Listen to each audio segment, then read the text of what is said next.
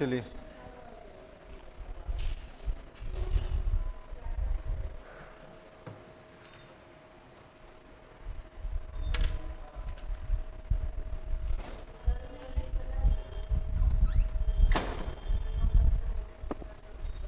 तो जो last class हम लोग का हुआ था उसमें उस दिन हम लोग 2-3 टॉपिक देखे थे, गवर्नर देखे थे, है ना, हाँ, वन नेशन वन इलेक्शन देखे थे, एक राष्ट्र एक चुनाव। आप लोग नहीं पढ़े थे, तो आप लोग उस दिन उपस्थित नहीं हुए थे, जिसके वजह से आप लोग नहीं। हाँ, पीडीएफ होगा। पीडीएफ नहीं गया ग्रुप में?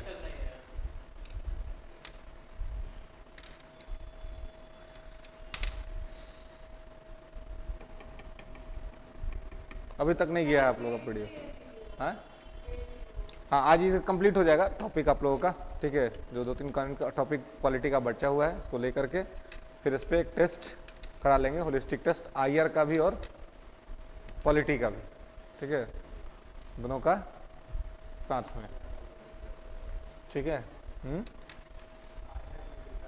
आईआर में दिक्कत है, आईआर में है, हाँ, तो आईआर जो टॉपिक्स जो हो गया उसमें तो दिक्कत नहीं होना चाहिए, उसका तो मैटर कंटेंट आपके पास है ना, तो उसको देख के कर लेना है, ठीक है। तो जो हो गया उसमें कोई दिक्कत नहीं ना है। चलिए, तो आज कुछ हम लोग टॉपिक देख लेते हैं, जैसे कि यह है संविधान और संविधानवाद, ठीक है, इसमें क्या अंतर है ना, कॉन्स्टिट्यूशन और कॉन्स्टिट्यूशनलिज्म में। और इसके साथ हम लोग देखेंगे संविधान और संविधानवाद के अंतर्गत जो है स्पेशल स्टेटस, विशेष राज्य का दर्जा, है ना, राज्यों के द्वारा जो विशेष राज्य के दर्जे की जो मांग की जा रही है, तो विशेष राज्य का दर्जा भी हम लोग देखेंगे कि स्पेशल स्टेटस का जो डिमांड है वो कितना सही है या फिर कितना गलत है ना। तो उन सभी चीज़ों को हम लोग इसमें देखेंगे कि विशेष राज्य का दर्जा बिहार को मिलना चाहिए या नहीं मिलना चाहिए, या फिर बाकी के जो स्टेट्स हैं उनको मिलना चाहिए कि नहीं मिलना चाहिए, है ना, उस संबंध में क्या चीज़ें हैं उसको हम लोग यहाँ पे देखने समझने का प्रयास करेंगे। जो इम्पोर्टेंट टॉपिक्स है वो हम लोग ये कर लेंगे। उसके बाद अब देखिए क्या है कि आप लोग मैक्सिमम टाइम अब सेल्फ स्टडी पर देना है आपको, है ना, मैक्सिमम आपको लिखना है, रिटन प्रैक्टिस करना है, ठीक है, क्योंकि अब समय आप लोगों के पास बहुत ज़्यादा बचा नहीं है ना। तो ऐसी स्थिति में आपको ये टारगेट रखना होगा कि आप अधिक से अधिक क्या करें, लिखें, है ना। जितना ज़्यादा लिखेंगे, लिखना ही मेंस का सबसे बड़ा चीज़ है कि जब आप लिखने का आपको हैबिट हो जाता है तो स्थिति ऐसी होती है कि आपको नहीं पता होता है कि आप क्या लिख रहे हैं, लेकिन आपका कलम लिख जाता है ना, और सही बातें लिख जाता है, और ये होता है आपके प्रैक्टिस से, है ना। तो इसके लिए आपको मतलब मोर एंड मोर और मैक्सिमम जो है वो प्रैक्टिस करना होगा, ठीक है। तो थोड़ा आप जो बचा हुआ टाइम है उसको प्रैक्टिस पर आपको देना है। क्या क्वेश्चन? हाँ, क्वेश्चन आपको मतलब जैसे कि पेपर 1 पेपर 2 के जितने क्वेश्चंस प्रीवियस ईयर में पूछे गए हैं या फिर जो आपको प्रैक्टिस के लिए दिए जाते हैं वो सबको more and more time practice करना है। इससे आपका है निबंध, है ना, तो निबंध का कोई टॉपिक उठाइए, उसको लिखिए, है ना, तो वो मैक्सिमम टाइम आपको लिखना पड़ेगा, ठीक है। वो आप लिखिएगा तभी जाकर के वो आपके लिए फ्रूटफुल हो पाएगा। प्रैक्टिस के बिना, मेंस का सबसे बड़ा चीज़ है लिखने का प्रैक्टिस, है ना, वो आपको बड़े स्तर पर करना पड़ेगा, ठीक है। चलिए, तो यहाँ पे देखिए क्या है संविधान और संविधानवाद, है ना। What is constitution and what is constitutionalism, है ना। कॉन्स्टिट्यूशन और कॉन्स्टिट्यूशनलिज्म में क्या अंतर है, संविधान और संविधानवाद में क्या अंतर है ना। हाँ, संविधान के ही बेसिस पर जो चीजें होती है उसको संवैधानिकता कहते हैं, है ना। आगे उसको भी डिस्कस कर लेंगे कि संवैधानिकता किसमें आता है। तो संविधान और संविधानवाद में बेसिक डिफरेंस क्या है? क्या है? कुछ बता सकते हैं आप लोग कि संविधान और संविधानवाद में जो बेसिक डिफरेंस है वो क्या है?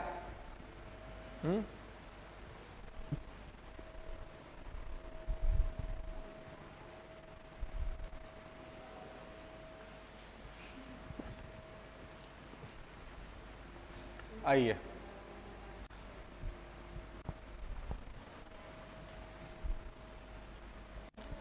देखिए, ये है इस टॉपिक की का रूपरेखा, है ना, ड्राफ्टिंग कि क्या है और किस प्रकार से है। ठीक है, तो इसको ऐसे ही हम लोगों को समझना है, समझने का प्रयास करना है।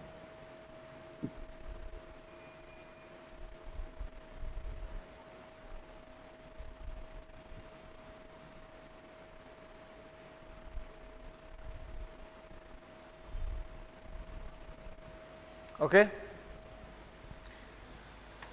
तो संविधान क्या है ये आपको देखना है ना, कि व्हाट इज कॉन्स्टिट्यूशनलिज्म, इसमें ये कि क्या है संविधान। उसके बाद आपको देखना है कि राज्य की अवधारणा, स्टेट का कंसेप्ट क्या है। ठीक है, कंसेप्ट ऑफ स्टेट। इसके बाद आपको देखना है शासन के पद्धति का विभिन्न स्वरूप, है ना, जो डिफरेंट फीचर्स होता है शासन का, है ना, तो शासन के पद्धति के विभिन्न स्वरूप उसको देखेंगे। इसके अलावे संविधानवाद क्या है, कॉन्स्टिट्यूशनलिज्म क्या है, इसको देखेंगे। और फिर देखेंगे विधि का शासन, rule of law, rule of law क्या होता है, किस प्रकार से होता है। इसके अलावे शक्ति का पृथक्करण, सेपरेशन ऑफ पावर, कि सेपरेशन ऑफ पावर को कैसे देखते हैं। और इसके बाद देखेंगे मुख्य परीक्षा के लिए प्रश्न, कि इस पूरे टॉपिक से मेंस में क्या क्वेश्चन आपको पूछा जा सकता है, किस प्रकार के प्रश्न आपसे पूछे जा सकते हैं, इस संदर्भ में यहां पर चीजों को देखेंगे। ओके, तो ये रूपरेखा है, ड्राफ्ट है, समझ गए कि इस खंड में इसको बांट करके हमें देखना है। अब पहला बात तो यह कि भाई तो संविधान क्या है ना, तो संविधान क्या है यह समझेंगे कि संविधान क्या है, देन पता चलेगा कि संविधानवाद क्या होता है। देखिए संविधान क्या है, तो संविधान क्या है, सर्वोच्च कानून, एपेक्स लॉ, है ना, देश का सबसे बड़ा कानून। क्योंकि आप देखते हैं ना कुछ भी होता है तो यही तो कहा जाता है कि भाई संविधान के हिसाब से हो रहा है या संविधान के हिसाब से नहीं हो रहा है ना, यही देखा जाता है कि संविधान के हिसाब से हो रहा है कि नहीं हो रहा है। तो इसलिए सबसे बड़ा देश का कानून क्या हुआ, संविधान। तो संविधान क्या है, संविधान देश का सबसे बड़ा कानून है, सर्वोच्च कानून है, एपेक्स लॉ है। इसके अलावा संविधान में वर्णित संवैधानिक कानून, है ना, जो कॉन्स्टिट्यूशनल लॉ है, संविधान में लिखा हुआ है कि ये करना है, ये नहीं करना है ना, तो वो क्या है, वो सब चीज जो संविधान में जो वर्णित है ना, वही क्या है, वही संवैधानिक कानून है, वही जो है वो क्या है, तो वही कॉन्स्टिट्यूशनल लॉ है। संविधान जैसे फंडामेंटल राइट है ना, तो फंडामेंटल राइट क्या है, लॉ ही है एक प्रकार से, कि भाई आपको right to speech and expression है, या राइट टू इक्वलिटी है, राइट टू लिबर्टी है, तो आपकी इक्वलिटी, आपका लिबर्टी आपसे कोई छीन नहीं सकता है, तो कानूनी है। तो ये कानून संसद ने तो बनाया नहीं है ना, ये तो संविधान सभा ने बनाया है और इसको संविधान में रखा हुआ है। तो संविधान में जो वर्णित चीजें हैं वो सब क्या है, वो सभी संवैधानिक कानून है। ठीक है, वो सब कॉन्स्टिट्यूशनल लॉ है। इसके अलावा संसद के द्वारा निर्मित कानून, देखिए संसद के द्वारा निर्मित कानून को सांविधिक कानून बोलते हैं, है ना, संसद के द्वारा निर्मित कानून को क्या बोलते हैं, सांविधिक कानून, है ना, स्टैट्यूटरी लॉ। ठीक है, सांविधिक कानून, इसको स्टैट्यूटरी लॉ बोलते हैं। देखिए एक तो जो संविधान में लिखा हुआ है वो संवैधानिक कानून, और जो संसद ने बनाया है वो सांविधिक कानून। देखिए संसद को भी कानून बनाने का अधिकार किसने दिया है, संविधान ने दिया है ना, इसलिए संसद द्वारा बनाया गया कानून सांविधिक कानून है। ठीक है, लेकिन वो संवैधानिक नहीं, क्योंकि संविधान में नहीं लिखा हुआ है। ठीक है, लेकिन संविधान ही अधिकार देता है संसद को कानून बनाने का, तो संविधान चूंकि जो कानून बनाया हुआ है उसको क्या बोलते हैं, सांविधिक कानून, स्टैट्यूटरी लॉ। ओके, क्लियर है? तो ये चीज यहां पर इसको कहते हैं। इसके अलावे संविधान को क्या कहते हैं? कानूनों का कानून, है ना। मतलब कानूनों का कानून कहने का क्या तात्पर्य है? कानूनों का कानून कहने का तात्पर्य यह है कि इसमें जो लिखा हुआ कानून है वो सभी कानूनों से ऊपर है ना।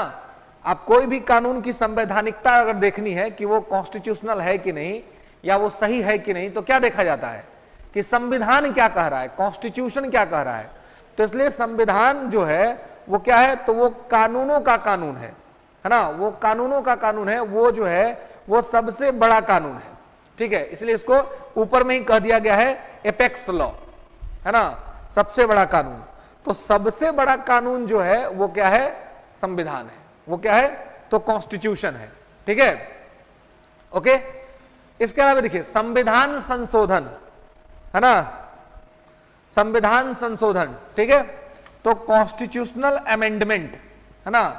तो संविधान संशोधन जो है कॉन्स्टिट्यूशनल अमेंडमेंट, तो ये क्या है? तो कॉन्स्टिट्यूशनल अमेंडमेंट को आप देखिए तो संविधान में संशोधन करने की शक्ति किसके पास है जी? संसद के पास है। आर्टिकल 368 के अंतर्गत अनुच्छेद 368 के तहत संसद के पास, पार्लियामेंट के पास जो है वो क्या है? तो ये अधिकार दिया हुआ है कि वो क्या कर सकता है? तो वह जो है वो कानून मतलब बना सकता है और साथ ही वो संविधान में संशोधन भी कर सकता है, ठीक है। तो संविधान संशोधन भी क्या है? वो भी एक प्रकार का कानून ही है ना, लेकिन वो सामान्य कानून से बड़ा कानून है, क्योंकि आप जानते हैं कि फंडामेंटल राइट, मूल अधिकार को सामान्य कानून के माध्यम से नहीं छीना जा सकता है, लेकिन संविधान में संशोधन करके मूल अधिकार छीना जा सकता है, जानते हैं ना। क्योंकि आप देखिए कि जैसे कि राइट टू प्रॉपर्टी, है ना, तो राइट टू प्रॉपर्टी जो है यानी कि संपत्ति का अधिकार, तो संपत्ति का अधिकार छीन लिया गया, तो संपत्ति का अधिकार अब मूल अधिकार नहीं है, तो कैसे छीना गया? संविधान में संशोधन करके। नॉर्मल कानून से तो नहीं छीना गया, तो नॉर्मल कानून से ये नहीं छीना जा सकता है, ठीक है। तो इस चीज को ध्यान रखना है कि यहां पर क्या है, तो संविधान ये जो स्थिति है वो संविधान संशोधन, कॉन्स्टिट्यूशनल अमेंडमेंट एक्ट, ये भी संविधान का ही हिस्सा माना जाता है, ओके। इसके अलावा न्यायाधीश निर्मित कानून, जज मेड लॉज, है ना, या केस लॉज। तो न्यायाधीश निर्मित कानून का मतलब क्या है? यह भी संविधान का ही हिस्सा माना जाता है जी, क्योंकि संविधान का इंटरप्रेटर जो है वो कौन माना जाता है? व्याख्याता संविधान का कौन माना जाता है? सुप्रीम कोर्ट माना जाता है। तो सुप्रीम कोर्ट चूंकि संविधान का व्याख्याता है, संविधान के बारे में व्याख्या करता है, तो इसके हिसाब से क्या बात हुई? इसके हिसाब से यही बात हुई कि जो भी कानून, अगर सुप्रीम कोर्ट कोई अगर बात कह रहा है तो भी कानून है। अब देखिए शंकरी प्रसाद केस 1951, उसमें सुप्रीम कोर्ट का स्टेटमेंट, या फिर 1967 का गोलकनाथ केस, उसमें सुप्रीम कोर्ट का स्टेटमेंट, या फिर 1973 का केशवानंद भारती केस, उसमें सुप्रीम कोर्ट का स्टेटमेंट, या फिर 1980 का मिनर्वा मिल्स केस। सब केस में न्यायाधीशों ने कुछ ना कुछ कहा है, और जो कहा है वो उस समय के लिए कानून बन गया है वो, तो उसी को कहते हैं जज मेड लॉज, है ना। जज ही क्या कर सकते हैं? कानून बना देते हैं। तो जजों के द्वारा, न्यायाधीशों के द्वारा जो कहा गया चीज होता है वह भी क्या होता है ना, वो भी कानून के बराबर ही होता है ना। वो भी क्या होता है? वो कानून के इक्वल होता है ना, कानून के बराबर होता है, ठीक है। उसके अलावा अब देखिए ये लोकसभा, राज्यसभा जो भी ये होता है, हालांकि ये देखिए राज्यसभा गलत लिखा हुआ है, यहाँ पे होगा विधानसभा, ठीक है ना, क्योंकि राज्यसभा में तो अविश्वास प्रस्ताव आएगा नहीं ना। अविश्वास प्रस्ताव, नॉन कॉन्फिडेंशियल मोशन, या तो लोकसभा में आएगा केंद्र में, या फिर राज्य में वो विधानसभा में आएगा, है ना। तो लोकसभा, विधानसभा चुनाव, अविश्वास प्रस्ताव। देखिए अविश्वास प्रस्ताव, नॉन कॉन्फिडेंशियल मोशन को अगर आप देखेंगे तो नॉन कॉन्फिडेंशियल मोशन का चर्चा संविधान में कहीं नहीं है। संविधान में अविश्वास प्रस्ताव के बारे में कहीं नहीं लिखा हुआ है।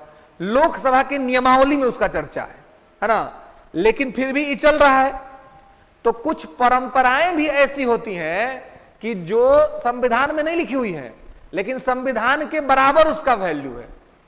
अगर कोई सरकार चल रही है और सरकार के पास बहुमत नहीं है, लेक ऑफ मेजोरिटी है ना, विश्वास का अभाव है उसके पास, तो ऐसी सरकार के साथ क्या होगा जी, ऐसी सरकार के खिलाफ आ जाएगा अविश्वास प्रस्ताव, नॉन कॉन्फिडेंशियल मोशन।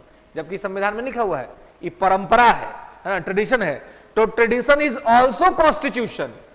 परंपरा भी एक प्रकार से क्या है, संविधान ही है। जैसे आप देखिए हम लोग के यहाँ हिंदू सनातन संस्कृति में एक परंपरा है ना जी, कि दीपावली होगा या शुभ कार्य होगा तो हम स्वस्तिक चिन्ह का प्रयोग करते हैं। इसके लिए क्या कोई कानून बना हुआ है? नहीं ना, लेकिन मानते हैं ना। तुलसी का पूजा, सनातन संस्कृति में तुलसी का पूजा, तुलसी को एक स्थान प्राप्त, क्या कोई कानून है? नहीं है, लेकिन परंपरा है।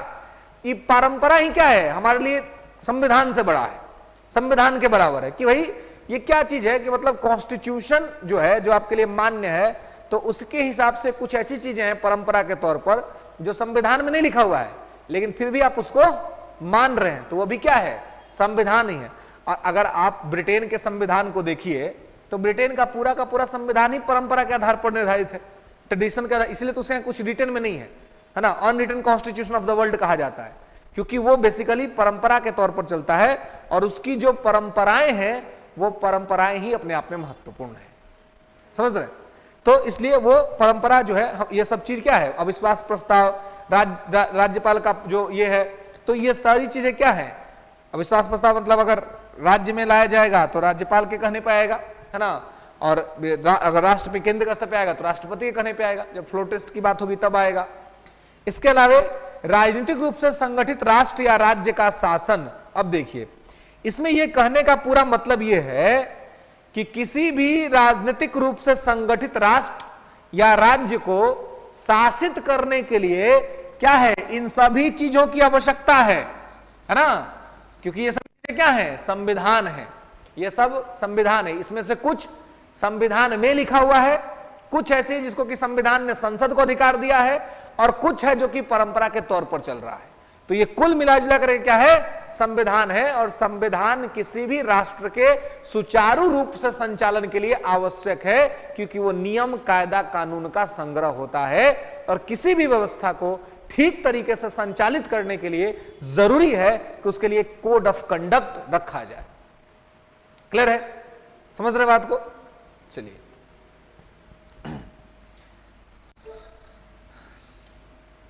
इसका आइए अब राज्य की अवधारणा। तो राज्य की अवधारणा ये तो आप जानते ही हैं, है ना, कि स्टेट का कंसेप्ट हम लोग फर्स्ट क्लास के में भी बात किए थे कि स्टेट का कंसेप्ट क्या होता है, राज्य की अवधारणा क्या होती है। तो राज्य का अवधारणा एक तो होता है, राज्य अगर होगा तो होगा उसके पास भूभाग, लैंड, है ना, इसके बाद उसके पास होगा पॉपुलेशन, जनसंख्या, है ना, उसके बाद होगा गवर्नमेंट यानी कि सरकार, और एक चीज होगा संप्रभुता, है ना, डोमिनियन, सॉरी ये सवर्निटी, ठीक है। तो यह चार जो है वो क्या है, ये आपके ये स्टेट के कंसेप्ट को रखता है ना, किसके माध्यम से स्टेट को हम देखते हैं, ठीक है। अब देखिए इसमें एक चीज उसका ध्यान रखना है और समझना है कि यहां पर क्या स्थिति है। राज्यों का ही तो राज्य का कंसेप्ट हो गया, अब कुछ राज्यों का प्रकार होता है, टाइप्स ऑफ स्टेट्स होते हैं। तो राज्यों के कितने प्रकार हो सकते हैं जी, किस तरह के राज्य होते हैं? तो अगर मुख्य तौर पे अगर आप देखें टाइप्स ऑफ स्टेट के बारे में,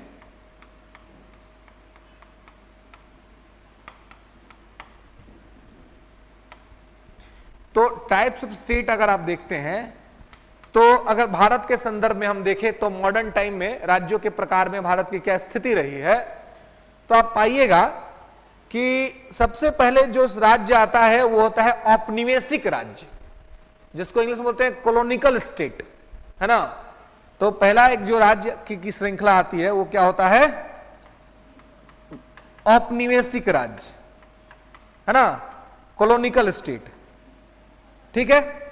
उसके बाद एक स्टेट है जिसका कंसेप्ट आता है कॉलोनिकल स्टेट के बाद, है ना, उसको कहते हैं संरक्षित राज्य,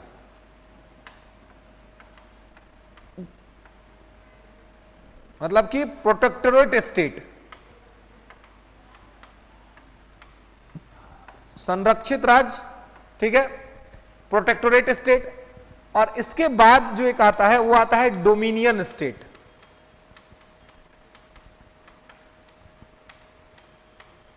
ना, और इसके बाद जो आता है उसको बोलते हैं संप्रभु स्टेट, संप्रभु राज्य, यानी कि सोवर्ण स्टेट, है ना, सोवर्निटी स्टेट। कहने का मतलब यह है कि मुख्यतः ये कुछ राज्य होते हैं और भी राज्य होते हैं, जैसे कि मोनार्कियल स्टेट, राजतंत्र जिसको बोलते हैं, है ना। इसके अलावा और होता है साम्राज्यवादी इंपीरियलिस्टिक स्टेट, है ना, जो साम्राज्य का लगातार विस्तार करते रहते हैं।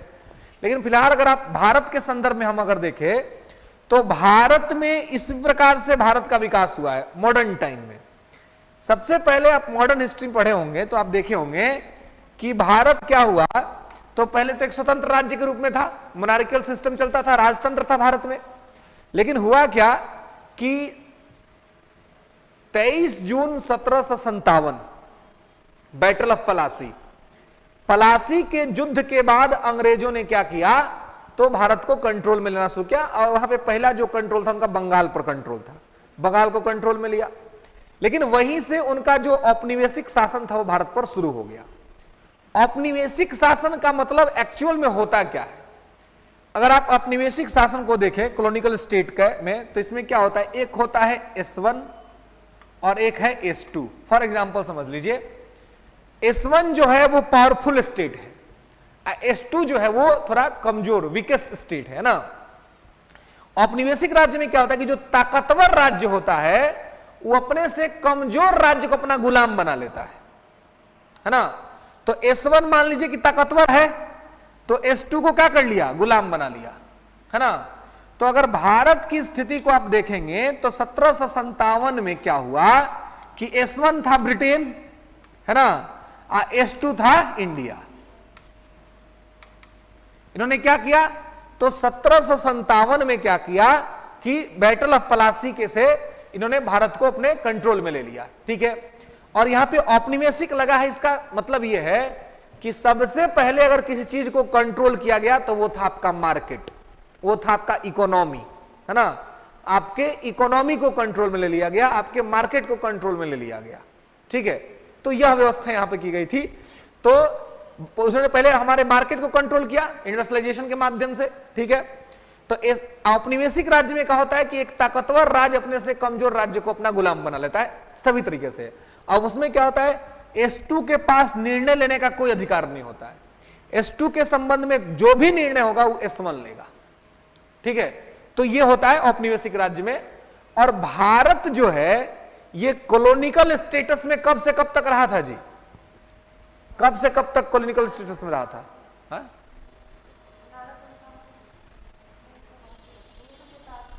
1947 तक, कब तक रहा था, हाँ?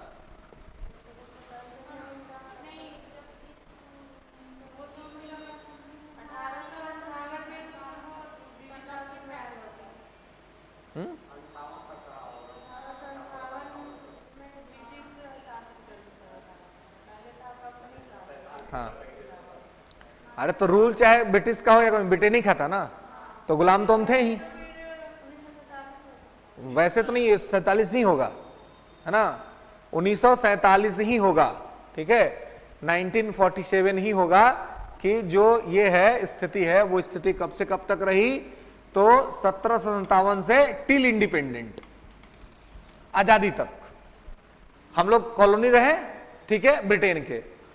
15 अगस्त 1947 को जब हम आजाद हो गए तब हमारा कॉलोनियल स्टेटस खत्म हो गया, तब हमारा कॉलोनियल आइडेंटिटी खत्म हो गई, तब हमारा जो ये आइडेंटिटी था कि हम गुलाम हैं वो वाली परिचय पत्र हमारा छिन गया और वो खत्म हो गया, ठीक है। दूसरा आता है संरक्षित राज्य, प्रोटेक्टोरेट स्टेट। देखिए प्रोटेक्टोरेट स्टेट में क्या होता है, प्रोटेक्टोरेट स्टेट में क्या होता है कि जो S1 है ये तो ताकतवर है, S2 को गुलाम बना करके रखे हुए है, किसमें, औपनिवेशिक राज्य में। लेकिन संरक्षित राज्य में क्या है, तो S1 जो है वो S2 को कहता है कि आप हमारे गुलाम नहीं हैं, मतलब हम आपको गुलाम बना कर नहीं रखे, आप अपना स्वतंत्र होकर काम कीजिए, कोई दिक्कत नहीं है, लेकिन आप केवल अपने इंटरनल मामले में स्वतंत्र रहिएगा, आपका जो एक्सटर्नल मामला होगा वो सब हम देखेंगे। जैसे कि मान लीजिए कि विदेश सेवा, रक्षा, है ना, ये संचार, तो ये सब क्या होगा, ये S1 देखेगा, है ना, लेकिन और S2 अपना अंदर का मामला सब देखेगा, यानी कि अपने सीमा रेखा के अंदर S2 अपना काम करेगा, लेकिन उसके सीमा रेखा के बाहर उसका क्या नियम होगा, क्या कायदा कानून होगा, ये वो नहीं डिसाइड करेगा। ये कौन डिसाइड करेगा, तो ये डिसाइड करेगा S1, ठीक है, यानी कि ताकतवर राज्य, ठीक है। इंटरनल आप देखिए, इंटरनल में इंटरफेयर नहीं करेगा, लेकिन एक्सटर्नल सब वो खुद तय करेगा, S1। क्या? नहीं, बिल्कुल नहीं, भूटान का अपना स्वतंत्र विदेश नीति है। प्रोटेक्शन हम देते हैं, लेकिन वो संरक्षित राज्य नहीं है। पहले हमारे लिए अगर संरक्षित राज्य को आप देखेंगे तो सिक्किम था। सिक्किम कुछ समय तक के लिए हमारा संरक्षित राज्य था, हमने उसको संरक्षित राज्य बना करके रखा था, लेकिन फिर वो पूर्ण राज्य बन गया भारत का, है ना। सिक्किम पहले संरक्षित प्रोटेक्टोरेट स्टेट के रूप में ही हमारे साथ जुड़ा था। जब उसके माथे के ऊपर से तिब्बत पर चाइना ने कंट्रोल कर लिया तो चीन डर गया, ये सिक्किम डर गया कि तिब्बत को तो उठा लिया मेरे माथे के ऊपर से, अगर हम ऐसे ही स्वतंत्र अलग थलग रहेंगे, क्योंकि वो स्वतंत्र अलग राज्य था, एक चोग्याल वंश का शासन चलता था वहां पर, तो अलग सेपरेट अपना काम करता था। लेकिन जब देखा कि उसके माथे के ऊपर पर चीन ने जो है वो उठा लिया तिब्बत को, तब उसको डर था कि अब कहीं हमारा नंबर ना लग जाए। अपना नंबर देश से आने के लिए, अपना नंबर बचाने के लिए वो भारत के साथ प्रोटेक्टोरेट स्टेट के रूप में शामिल हुआ। लेकिन फिर वहां की जनता ने कहा कि नहीं, हम भारत का पूर्ण राज्य बनना चाहते हैं, तो फिर वहां पर रेफरेंडम कराया गया, जनमत संग्रह कराया गया और सिक्किम को पूर्ण राज्य के तौर पे दे दिया गया। अन्यथा पहले कुछ समय तक भारत सिक्किम को संरक्षित राज्य के रूप में रखा हुआ था और सिक्किम का रक्षा, विदेश मामला, है ना, उसका सिक्योरिटी, वो सब भारत देखता था, ठीक है। लेकिन वर्तमान में अब सिक्किम भारत का पूर्ण राज्य का दर्जा, पूर्ण राज्य है। तो ऐसी स्थिति में ये संरक्षित राज्य वाला जो उसका आइडेंटिटी था वो खत्म हो चुका है। क्लियर है, समझ रहे हैं? तो इस चीज को यहां पे ध्यान रखना है, ठीक है, कि S1 का S2 पर कंट्रोल होगा, ठीक है। इसके अलावे फिर देखिए, तो यहां है डोमिनियन स्टेट, है ना।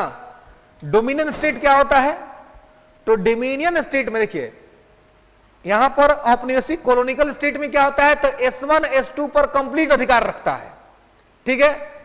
प्रोटेक्टोरेट में क्या होता है, केवल बाहरी मामले में कंट्रोल रखता है, इंटरनल में नहीं रखता है। डोमिनियन स्टेटस में क्या होता है कि S1 जो कि ताकतवर राष्ट्र है, उसका S2 पर नाम मात्र का कंट्रोल रहता है, नॉमिनल कंट्रोल। मतलब यह हुआ कि S2 को S1 से कुछ पूछने का जरूरत नहीं है, जो करना वो अपने मन से करे, कोई दिक्कत नहीं है। खाली जो कुछ करेगा ना उस पर इसका सहमति ले लेगा, है ना, और ये कुछ डिस्टर्ब भी नहीं करेगा S2 को। तो इस आइडेंटिटी में इंडिया था कि नहीं कभी, था ना, नहीं था।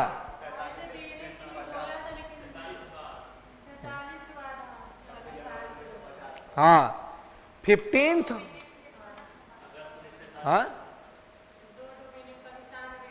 हाँ, तो 15 अगस्त 1947 से लेकर के 25 जनवरी 1950 तक क्या स्थिति था, तो डोमिनियन स्टेटस का सिचुएशन था, है ना। यहां पर डोमिनियन स्टेटस का कंडीशन बना हुआ।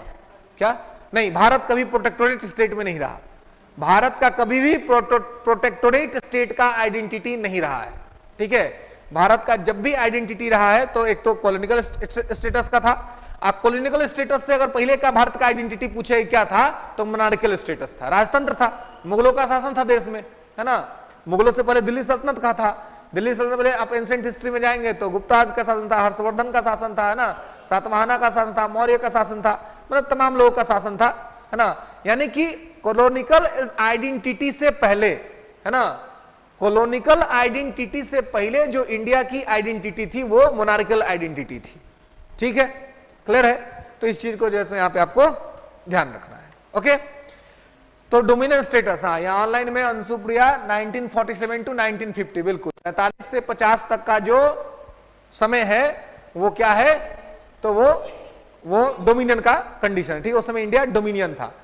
तो इसका मतलब यह था कि भारत सिंबॉलिक तौर पे अपना हेड मानता था ब्रिटेन को, प्रतीकात्मक तौर पर, सिंबॉलिक तौर पर, है ना, कोई खास मतलब नहीं था, लेकिन यह था कि हम मान रहे हैं कि आप हमारे हेड हैं, उस तरह का बात था, ओके। उसके बाद आता है संप्रभु राज्य, सोवर्निटी स्टेट। संप्रभु राज्य में क्या होता है भाई? तो संप्रभु राज्य जो होता है, संप्रभु राज्य में आप देखेंगे कि इसमें क्या होता है, तो संप्रभु राज्य में क्या होता है कि इसमें S1 का S2 पर नाम मात्र का भी कंट्रोल नहीं होता है और S2 कंप्लीटली फ्री रहता है ना। तो भारत का जो S2 का जो ये वाला जो कंडीशन आया कि S1 का कोई रोल नहीं, ये कब आया? 1950 में। कब से? हाँ, 26 जनवरी 1950। 26 जनवरी 1950 से लेकर के कब तक संप्रभु राज्य रहा भारत? अभी तक। हाँ बिल्कुल, अभी तक रहा। मैं ही नहीं कि हाँ 2012-15 से खत्म हो, है ना। देखते ना आजकल देश में एगो हाँ एगो है ना, एगो एक्ट्रेस एगो है, एक्ट्रेस का नाम आप लोग सुने होंगे, कंगना रनौत। हाँ, वो बोलती है कि हमको लगता है कि 2014 में देश आजाद हुआ है। ये भाई तो उसका डेट ऑफ बर्थ क्या है? उसका जन्म कब हुआ? गुलाम देश में जन्म ली थी, क्योंकि उनका तो जब जन्म हुआ होगा तब तो भारत आजाद रहा होगा, है कि नहीं? कैसे मतलब कुछ अलबल कुछ बोल, दो तरह का लोग है अभी देश में, है ना। एक है जो मतलब मोदी जी का अंधभक्त, है ना। मतलब अंधभक्त माने, अंधभक्त का मतलब क्या होता है? उसको सही गलत से कोई मतलब नहीं है। वो मान लिया कि आदमी सही है करेगा तो वो सही उसका समर्थन करेगा, है ना। एक होता है विरोधी भी, अंध विरोधी, है ना। उसको मान लिया है कि आदमी कभी सही कर ही नहीं सकता है ना। तो दोनों ही स्थिति गड़बड़ है। अंधभक्ति वाली भी स्थिति खराब है और अंध विरोधी वाली भी स्थिति खराब है। लेकिन ऐसा है, तो जो अंधभक्त लोग हैं उनको लगता है कि 2014 के बाद देश आजाद हुआ है ना। आज जो अंधभक्त नहीं है, जो अंध विरोधी है, उनको ही लगता है कि 2014 के बाद से देश गुलाम हो गया है ना, देश में सब कुछ खराब हो गया है। तो ऐसा स्थिति है, लेकिन दोनों स्थितियां गलत हैं। ऐसा कुछ नहीं हुआ है ना। जैसे पहले देश चल रहा था वैसे ही चल रहा है ना। कुछ बदलाव समय के हिसाब से भी होता है ना, उसके हिसाब से चीजें चल रही है। लेकिन इस प्रकार का स्टेटमेंट जो है वो ठीक नहीं होता है जो दे दिया जाता है, और खास करके ये सब एक्ट्रेस सब के द्वारा ना। पढ़ने लिखने का तो ये लोग का कोई ठीक होकर रहता नहीं है ना। ये सब पढ़ता लिखता, कुछ नहीं पढ़ता लिखता है। एक बार को देखे थे हम, मतलब ऐसे ही इंटरव्यू या कुछ ऐसे ही चल गया था। कोई एक्ट्रेस थी, उसे पूछा सब कि भारत के प्रधानमंत्री का नाम बताइए, वो 2-3 आदमी का नाम बता दी। हाँ वही कौन भट्ट है? हाँ कोई भट्ट है वही, है ना। और उसको मालूम ही नहीं था कि भाई प्रधानमंत्री का नाम क्या, बताइए ना। है नैतिक तौर पर लोगों को देश में रहने का अधिकार नहीं है, नैतिक तौर पर, इथिकली। अब देश में रह रहे भाई, देश के प्रधानमंत्री के बारे में पता नहीं है। हाँ, इसके अलावा एक और यही बिहार से अपने थी एक, है ना, जहाँ हाँ जिनके बारे में राम के संबंध में कुछ सवाल पूछा गया था ना, अब पूरा किरकिरी करवा दी थी। हाँ, केवीसी के अंदर में। खैर चलिए, तो भारत का जो स्थिति है वो क्या है जी? भारत का जो वर्तमान स्थिति है वो है संप्रभु राज्य का, सोवर्निटी स्टेट है भारत, है ना। अब देखिए, शासन पद्धति के विभिन्न रूप, शासन पद्धति के विभिन्न रूप, है ना, डिफरेंट कैरेक्टर ऑफ रूल। तो डिफरेंट कैरेक्टर ऑफ रूल में क्या होता है? तो एक देखिए, एक कहता है राजतंत्र, है ना, मतलब कि मोनार्कियल स्टेटस, है ना। धर्मतंत्र, ये रिलीजियस स्टेटस होता है इसमें। अल्पतंत्र, माइनॉरिटी स्टेटस होता है इसमें। कुलीन तंत्र, कुलीन तंत्र, ये कुलीन वर्ड भी वैसा ही है, मतलब इंग्लिश वर्ड ही है ना। हिंदी में इसको अभिजात्य वर्ग बोलते हैं। गणतंत्र, रिपब्लिक है ना। इसके अलावा संविधानवाद, है ना, कॉन्स्टिट्यूशनलिज्म और नॉन कॉन्स्टिट्यूशनलिज्म, यानी कि गैर संविधानवाद। तो ये अलग अलग शासन के पद्धति होते हैं, ठीक है। एक चीज आप देखिए, थोड़ा सा बेसिक बात है, इसको थोड़ा समझना है। जैसे कि भारत जो है ना, भारत क्या है जी? तो लोकतांत्रिक देश है ना, डेमोक्रेटिक कंट्री है, और लोकतांत्रिक के साथ भारत गणतांत्रिक भी है, रिपब्लिक भी है ना। तो अच्छा ये बताइए कि ब्रिटेन क्या है? ब्रिटेन लोकतांत्रिक है कि नहीं? लोकतांत्रिक है ब्रिटेन, गणतांत्रिक नहीं है। तो भारत लोकतांत्रिक गणतांत्रिक दोनों हो गया। अब ब्रिटेन लोकतांत्रिक है लेकिन गणतांत्रिक नहीं है, ये कौन सा मामला है? ये कौन सा पेज है?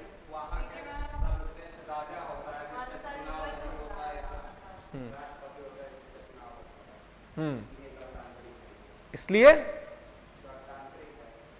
गणतांत्रिक है।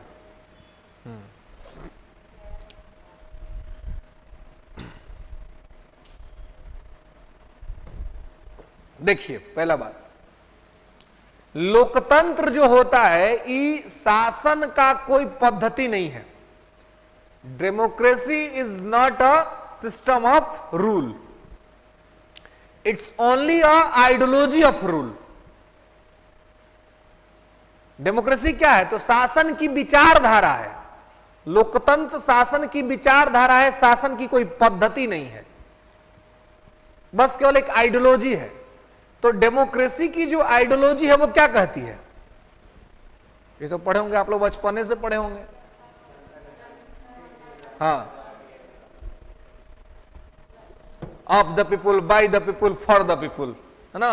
ये रटाते थे स्कूल में टीचर लोग, बोलो of the people, by the people, for the people, जनता का, जनता के लिए, जनता के द्वारा, है ना। तो अब्राहम लिंकन, हाँ, अमेरिकी राष्ट्रपति अब्राहम लिंकन का है। तो देखिए उस समय तो हम लोग जो मास्टर साहब पढ़ा देते थे, हम लोग सीख लेते, सुन लेते, समझ लेते थे, याद भी कर लेते, रट लेते थे। लेकिन अब जब अपना मनोमस्तिष्क हो गया, अपनी समझदारी बढ़ गई, तो उतना बड़ा परिभाषा याद करने की क्या जरूरत है ना। लोकतंत्र मतलब कि जनता का शासन, लोक मतलब जनता, तंत्र मतलब शासन। तो जहां जनता का शासन होगा, पीपुल ऑफ रूल, है ना। जहां जनता का लोकतंत्र है। अब जनता का, जनता के लिए, जनता के द्वारा, इतना लंबा क्या करेंगे, है ना। तो जनता का शासन जहां पे है वो लोकतंत्र है। तो ये क्या है? ये आइडियोलॉजी है, ये विचार है कि जहां जनता शासन करेगी उसको हम लोकतंत्र कह सकते हैं। ब्रिटेन में भी शासन का काम जो लोग करते हैं वो चुने हुए लोग करते हैं। जैसे वहां का प्रधानमंत्री, तो मंत्री का चुनाव होता है, चुन के आता है। राजा शासन का काम करता ही नहीं है, राजा का काम है केवल मुहर लगा देना, है ना। शासन तो सब चुने हुए लोग करते हैं। तो आइडियोलॉजी में यह शामिल किया गया है कि लोकतंत्र होगा, लेकिन सिस्टम ऑफ रूल में वहां मोनार्की है, राजतंत्र है। लेकिन राजतंत्र में क्या है? तो वहां जो राजतंत्र है वह है कॉन्स्टिट्यूशनल मोनार्की, संवैधानिक राजतंत्र है। राजतंत्र है ब्रिटेन में, राजा होता है, लेकिन क्या है वो? संवैधानिक राजतंत्र है, कॉन्स्टिट्यूशनल मोनार्की है। और कॉन्स्टिट्यूशनल मोनार्की का मतलब यह हुआ कि राजा अपने मर्जी से कुछ नहीं कर सकता है, राजा जो करेगा वो संविधान के हिसाब से करेगा। और ये कॉन्स्टिट्यूशनल मोनार्की जो ब्रिटेन में स्थापित हुई, वह स्थापित हुई 1688 में। जब 1688 में ब्रिटेन में क्रांति हुई थी, ग्लोरियस रिवॉल्यूशन, गौरवपूर्ण क्रांति, ब्रिटेन में एक क्रांति हुई थी, उसका नाम था ग्लोरियस रिवॉल्यूशन, गौरवपूर्ण क्रांति, है ना। उसको ब्लडलेस रिवॉल्यूशन भी कहा जाता है। उस गौरवपूर्ण क्रांति में ही ऐसा हुआ कि यहां पर क्या कर दिया गया? संवैधानिक राजतंत्र की स्थापना कर दी गई। ब्रिटेन का पहला प्राइम मिनिस्टर, कि वर्ल्ड में पहला जो प्राइम मिनिस्टर कहीं बना था तो वो ब्रिटेन में ही बना था। तो ब्रिटेन का पहला प्राइम मिनिस्टर कौन था? कोई बता सकता है? Who was the first prime minister of Britain? है? कौन था?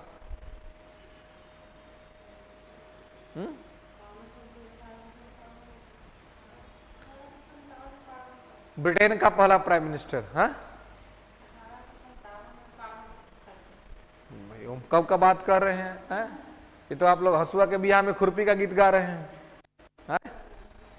है कि नहीं? अब शादी किसी और का हो, आ गीत किसी और दूल्हे के नाम से होने लग जाए, दूल्हा बुरा मान जाएगा नहीं मान जाएगा? रॉबर्ट वॉलपोल, ठीक है, रॉबर्ट वॉलपोल। वॉलपोल भारत का ब्रिटेन का पहला प्राइम मिनिस्टर था, ठीक है। जब ये पोस्ट क्रिएट हुआ था तो वो वहां का पहला प्राइम मिनिस्टर के तौर पे स्थापित हुआ था, ठीक है। तो यहां आप देखिए कि तो ये क्या है कि लोकतंत्र क्या है, शासन की एक पद्धति है। तो देखिए वो पद्धति नहीं, विचारधारा है। तो विचारधारा के तौर पे ब्रिटेन में भी है, अब विचारधारा के तौर पे हमारे यहां भी है, लेकिन ब्रिटेन में राजतंत्र है, संवैधानिक राजतंत्र, हम लोग के यहाँ गणतंत्र है ना। तो गणतंत्र का मतलब क्या होता है, गणतंत्र क्या कहता है कि शासन का सर्वोच्च पद जनता के द्वारा चुना होगा। तो हम लोग क्या सर्वोच्च पद क्या है, राष्ट्रपति का। तो president post elected by the peoples indirectly, जनता इनडायरेक्टली चुनती है कि जनता के प्रतिनिधि चुनते हैं, है ना। तो हम लोग क्या जो राष्ट्रपति का जो चुनाव होता है वो इनडायरेक्टली अप्रत्यक्ष तौर पे होता है, लेकिन क्या है कि ये इंपॉर्टेंट है ना, महत्वपूर्ण है। तो इसलिए आप यहां पर देखेंगे कि यह चीजें जो है सो यहां पर होती हैं, ठीक है। तो गणतंत्र जो है, लोकतंत्र और गणतंत्र जो है वो क्या है, गणतंत्र शासन की पद्धति है और उसी में लोकतंत्र समाया हुआ है।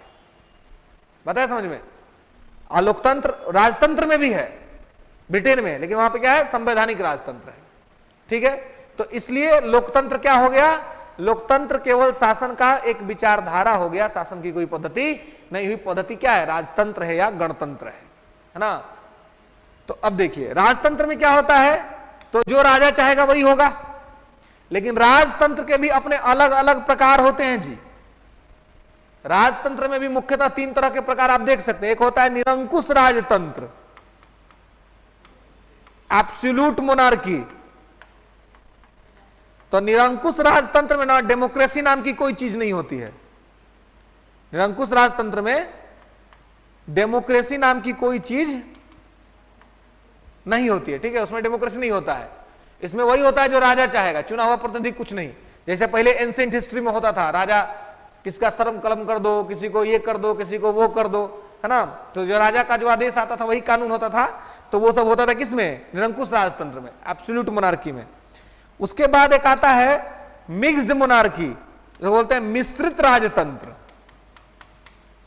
तो ये जो मिश्रित राजतंत्र है, मिक्स्ड मोनार्की, मिक्स्ड मोनार्की में क्या होता है, राजा भी होता है और चुना हुआ प्रतिनिधि भी होता है। तो कुछ पावर राजा के पास और कुछ पावर चुना हुआ प्रतिनिधि के पास। तो इसमें भी हल्का फुल्का डेमोक्रेसी होता है क्योंकि चुना हुआ प्रतिनिधि है। इसका एग्जाम्पल आप प्रेजेंट में देख सकते हैं, अरेबियन कंट्रीज। अरेबियन कंट्री में आप देखते होंगे सुल्तान भी होते हैं, यानी कि राजा होते हैं, और साथ साथ चुना हुआ लोग भी होता है, ठीक है। तो ऐसे स्टेट को बोलते हैं मिक्स्ड मोनार्की, है ना, कि वो क्या है, मिश्रित राजतंत्र वाला देश है, ठीक है। ऐसा कोई व्यवस्था जिस व्यवस्था में इस तरह की स्थितियां चलती हैं तो क्या होता है, वो मिक्स्ड मोनार्की माना जाता है कि वो क्या है, मिक्स्ड मोनार्की यानी कि मिश्रित राजतंत्र है।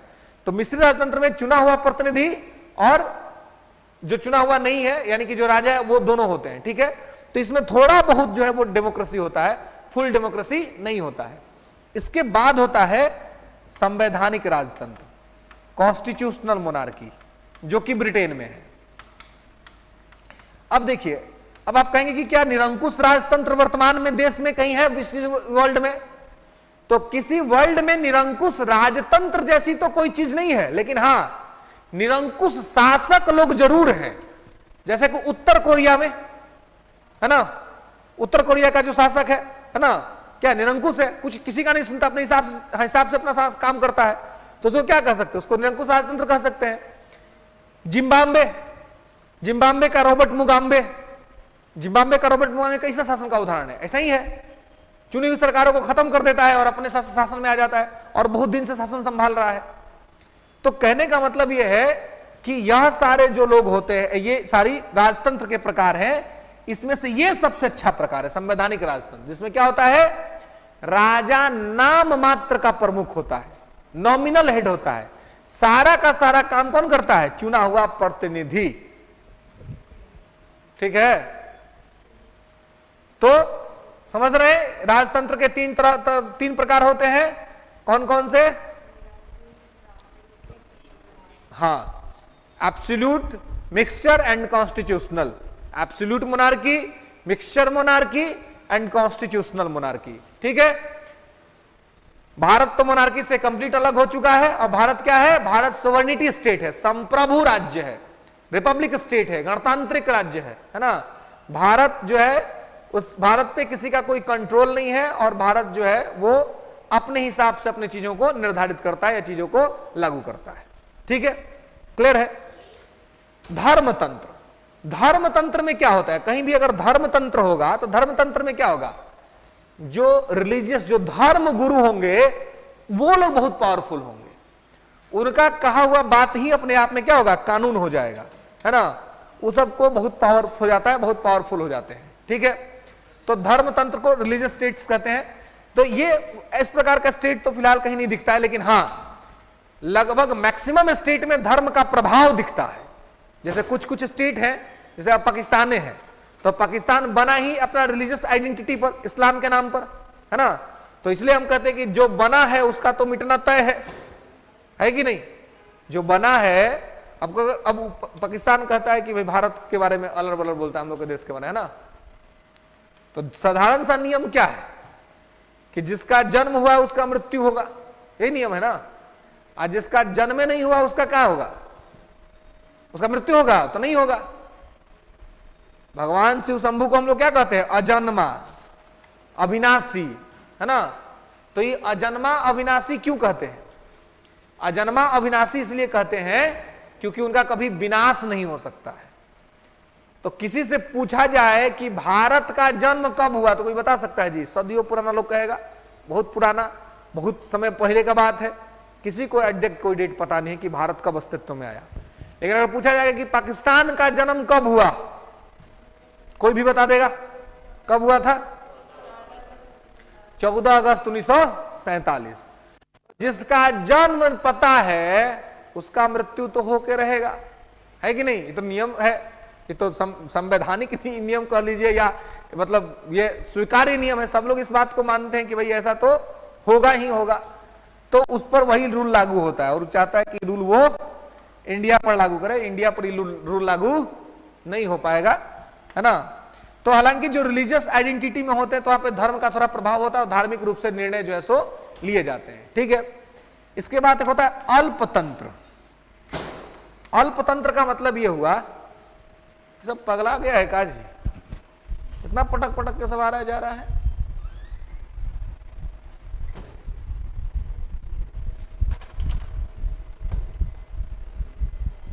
चलिए आइए, अल्पतंत्र में क्या है कि मतलब जो कुछ समूह के लोगों में, कुछ गिने चुने लोगों के हाथ में शासन का कार्य जो है वो आ जाए। सब क्या कर रहे हो?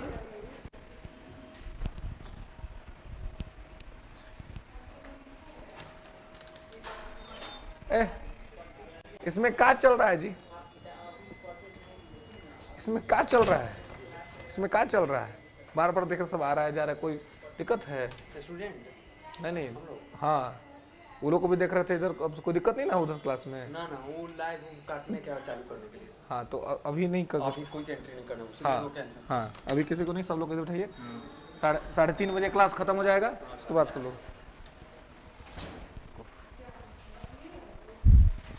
चलिए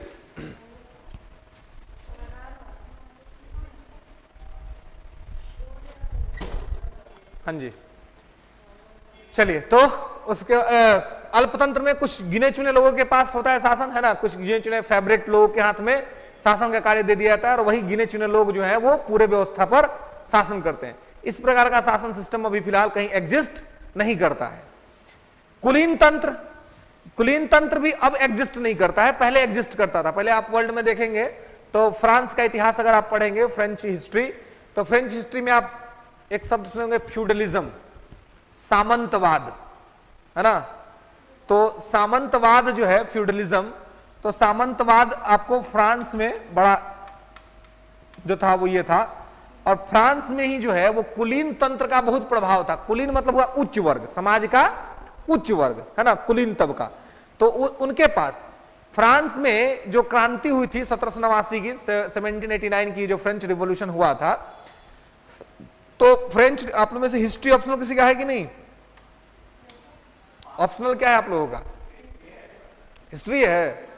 किसका किसका हिस्ट्री ऑप्शनल है? सब लोगों का हिस्ट्री है, आपका भी हिस्ट्री है। वाह, तो हिस्ट्री के अच्छी अध्ययन किया होगा आप लोगों ने, है? अरे भाई तो क्वालिफाइंग तो अब ना हो गया, लेकिन इसीलिए लिए हैं। अच्छा, हाँ? अच्छा, पहले होता था कुछ और था, पहले क्या था? अच्छा, सोशियोलॉजी था। अच्छा, आसान सा पेपर है ना, आराम से लिख के निकल जाएंगे परिवार समाज के बारे में। हा? आपका क्या था? हिंदी साहित्य।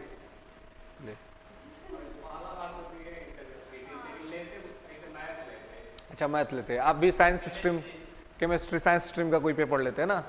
खैर, तो हाँ, अब तो खैर ये कर दिया, लेकिन देखिए इसमें भी हिस्ट्री को इतना आसानी से लेने का जरूरत नहीं होगा ना, क्वालिफाई करने में भी बहुत मतलब, क्योंकि अध्यक्ष महोदय ने खुद कहा है कि क्वालिफाइंग पेपर को भी बहुत लाइकली लेने की आवश्यकता नहीं है। क्या दिक्कत है जी? स्टूडेंट था क्या कोई?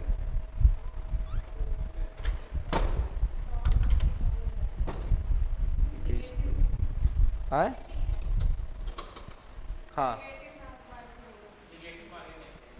हाँ वो नहीं है, लेकिन फिर भी आप देखिए कि क्या है कि जो क्वेश्चन रहेगा वर्ल्ड हिस्ट्री से भी रहेगा, है ना, सिलेबस के अकॉर्डिंग, तो इसलिए उसमें पास करना है ना, तो पास करना ही बहुत मुश्किल क्रिएट कर देगा। तो इसलिए प्रयास करना है कि पास करने के लिए ठीक ठाक मेहनत किया जाए। ठीक है, तो वही मैं फ्रांस की बात कर रहा था। तो फ्रांस में क्या स्थिति थी कि वहां पे फ्यूडलिज्म था, सामंतवाद था। सामंत मतलब फ्यूडलिज्म फ्रेंच वर्ड ही है, जिसका मतलब होता है जमीन का टुकड़ा, है ना, जमीन का मालिक।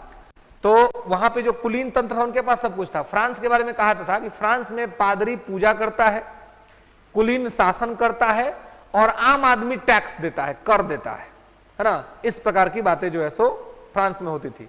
और इसी वजह से फ्रांस में 1789 की क्रांति हुई थी। 1789 का जो फ्रेंच रिवॉल्यूशन हुआ था वो इसी वजह से हुआ था, क्योंकि आम आदमी जिसके पास अपने आमदनी बहुत कम था, वो क्या करता था? तो जिसके पास आमदनी कम था वही टैक्स देता था, जिसके पास आमदनी था वो टैक्स नहीं देता था। तो इसी वजह से वहां पर जो है सो वो ये दिक्कत हुआ था। तो कुलीन लोग अपने आप को टैक्स से बाहर रखते थे, जबकि पैसा इनके पास सबसे ज्यादा था, इनको देना चाहिए था टैक्स, तो ये लोग नहीं देते थे। सारा टैक्स काम को चल जाता था आम आदमी पर, नीचे के आदमी पर, है ना। तो इस वजह से वहां पर क्या हो जाता है, क्लास का टाइम सबका हो जाता है ना, सब बेचैन होने लगता है। ठीक है, तो इस चीज को जो है सो आपको यहां पर ध्यान रखना है। ठीक है, कुलीन तंत्र भी वर्तमान में कहीं एग्जिस्ट नहीं करता है। फ्रांस में भी तो अब फ्रांस का सिस्टम क्या है जी, बहुत बार बता चुके आप लोगों को। फ्रांस के सिस्टम को क्या कहते हैं? फ्रांस के में जो सिस्टम है उस सिस्टम को क्या कहते हैं? हाँ, तो उसको क्या बोलते हैं? अजय, इसमें कौन लोग सब बार बार आ रहा है? सबको मना करो कि उधर जाए। हाँ, इधर लॉक होगा, उधर कभी लॉक करो। बोलो कि अभी कोई नहीं आएगा क्लास में। पगला सब महतो जी का दलान बुझले है ना, खोल लिया घुस गया, खोल दिया घुस गया। आइए, गणतंत्र, हाँ वही आदत बना हुआ है। गणतंत्र, रिपब्लिक। अब देखिए, तो रिपब्लिक में क्या है?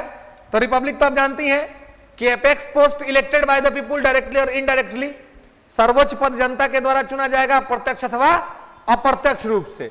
तो ऐसी आइडेंटिटी वाले तो बहुत सारे राष्ट्र हैं वर्तमान में, है ना। हम लोग खुद इसके सबसे बड़े उदाहरण हैं, है ना। इंडिया जो है या अमेरिका जो है, ये सब क्या है? सब इसका सबसे बड़ा उदाहरण है। ठीक है, और अब देखिए कि क्या पाकिस्तान भी गणतांत्रिक राष्ट्र ही है, रिपब्लिक स्टेट ही है पाकिस्तान भी। हाँ, लेकिन सेना इनडायरेक्टली वहां पे इन्वॉल्व रहती है, लेकिन वहां भी प्राइम मिनिस्टर होता है, राष्ट्रपति होता है ना, चुनाव होता है। तो इसलिए उसको भी आप जो है वो रिपब्लिक स्टेट के क्या, हाँ राष्ट्रपति होता है, नहीं बिल्कुल होता है। अब भाई कैप्चर कर लेता वो अलग बात है, कैप्चर कर लेता वो अलग बात है, उसका सेना जाके कैप्चर कर लेता है ना, तो होता है। लेकिन आप ये कह सकते हैं कि वो एक रिपब्लिक स्टेट के रूप में तो स्टैब्लिश हुआ, लेकिन उसका रिपब्लिक कैरेक्टर बहुत कम बार दिखता है ना। मैक्सिमम टाइम जो है वहां पर क्या है, तो वहां पे स्थिति गड़बड़ दिखती है, मतलब कि अलग अलग, कभी सेना रूल कर रही है ना, कभी प्रधानमंत्री के मार को भगा दिया सब, है ना, कभी राष्ट्रपति को भगा दिया, है ना, तो इस तरह का वहां पे चलते रहता है। तो इसलिए रिपब्लिक कैरेक्टर वहां दिखता कम है, लेकिन रिपब्लिक कैरेक्टर के रूप में ही वो स्टेब्लिश है, गणतांत्रिक राज्य के तौर पर ही वो स्थापित किया गया है।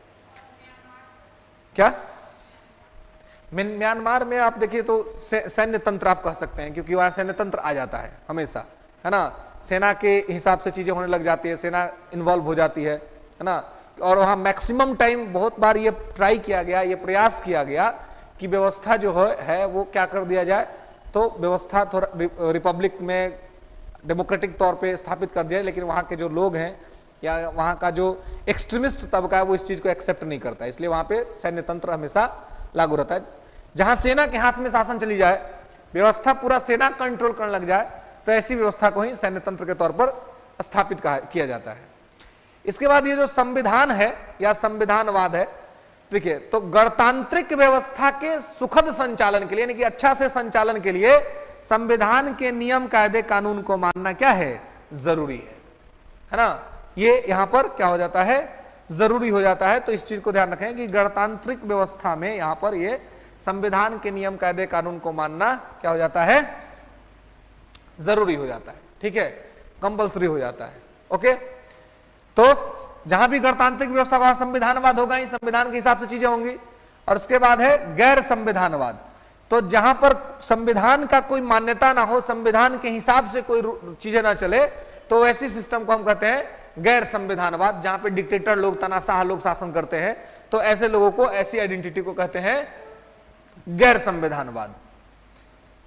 अब है कि संविधानवाद क्या होता है ना, संविधानवाद क्या है, संविधान क्या है तो जानते ही हैं, तो संविधानवाद क्या होता है, तो जिसके केंद्र में संविधान हो, केंद्र में संविधान हो, यानी कि कुछ भी करने से पूर्व, कुछ भी करने के लिए अगर जाता है तो वो संविधान के अनुकूल करता है ना।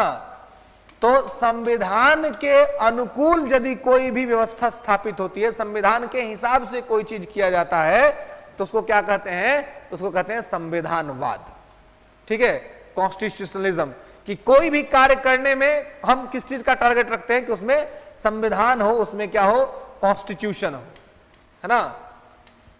तो जब कहीं भी कॉन्स्टिट्यूशन को देखते हैं तो वो क्या है, संविधानवाद है, कॉन्स्टिट्यूशनलिज्म है। इसके अलावा सरकार के पास सीमित शक्ति हो, जहां जनता की शासन में अधिक भागीदारी हो और सरकार का कम हो, जैसे कहते हैं ना कि जो मिनिमम गवर्नमेंट और मैक्सिमम गवर्नेंस, है ना, तो मिनिमम गवर्नमेंट मैक्सिमम गवर्नेंस का क्या मतलब है कि सरकार की कम भागीदारी और जनता की व्यापक भागीदारी, जनता बड़े स्तर पर व्यवस्था में भाग ले, उसको कहते हैं मिनिमम गवर्नमेंट मैक्सिमम गवर्नेंस।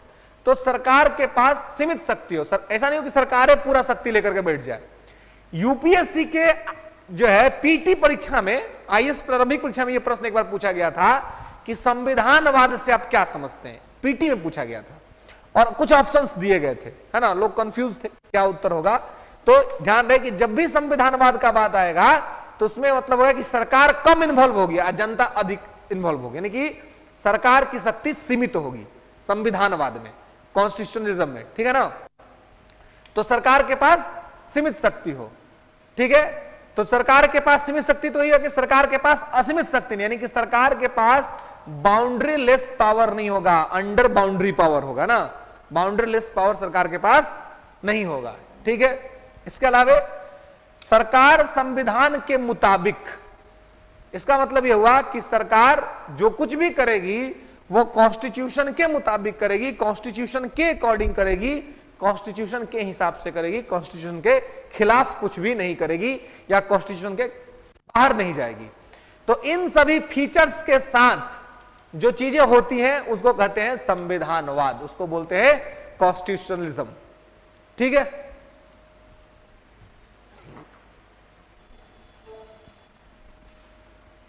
इसके बाद आइए विधि का शासन, रूल ऑफ लॉ, विधि का शासन संविधानवाद का एक अनिवार्य पहलू है। जहां पर भी संविधानवाद होगा, यानी कि कॉन्स्टिट्यूशन के हिसाब से चीजें होंगी, तो कॉन्स्टिट्यूशन के हिसाब से चीजें हो रही, इसका मतलब कि लॉ के हिसाब से हो रहा है ना। तो विधि का शासन वहां पे एक इंपॉर्टेंट चीज हो जाएगा, rule of law. Rule of law जो है वो, ये कंसेप्ट जो है वो बेसिकली किसका है, एवी डायसी का है। एवी डायसी जो है वो क्या है, एक स्कॉलर है, और ये कहां का है, ब्रिटेन का है। एवी डायसी जो है वो ब्रिटेन का है, ठीक है। तो विधि का शासन, रूल ऑफ लॉ, यानी कि जो कुछ, हाँ, विधि का शासन हमने लिया है ब्रिटेन से, और विधियों का समान संरक्षण, इक्वल प्रोटेक्शन ऑफ लॉ, ये कहां से लिया है, अमेरिका से लिया है, बिल्कुल। तो जो प्रारंभिक परीक्षा आप लोगों ने पास, उसमें यह सवाल भी पूछा था ना, कि कहां से लिया गया, आपका गलत हो गया था, फिर भी पास हो गई ना आप, है ना। गलत हो गया था आप लोगों का भी, सही था ना। हाँ, विधि के समक्ष समता और विधियों का समान संरक्षण जो आर्टिकल 14 है,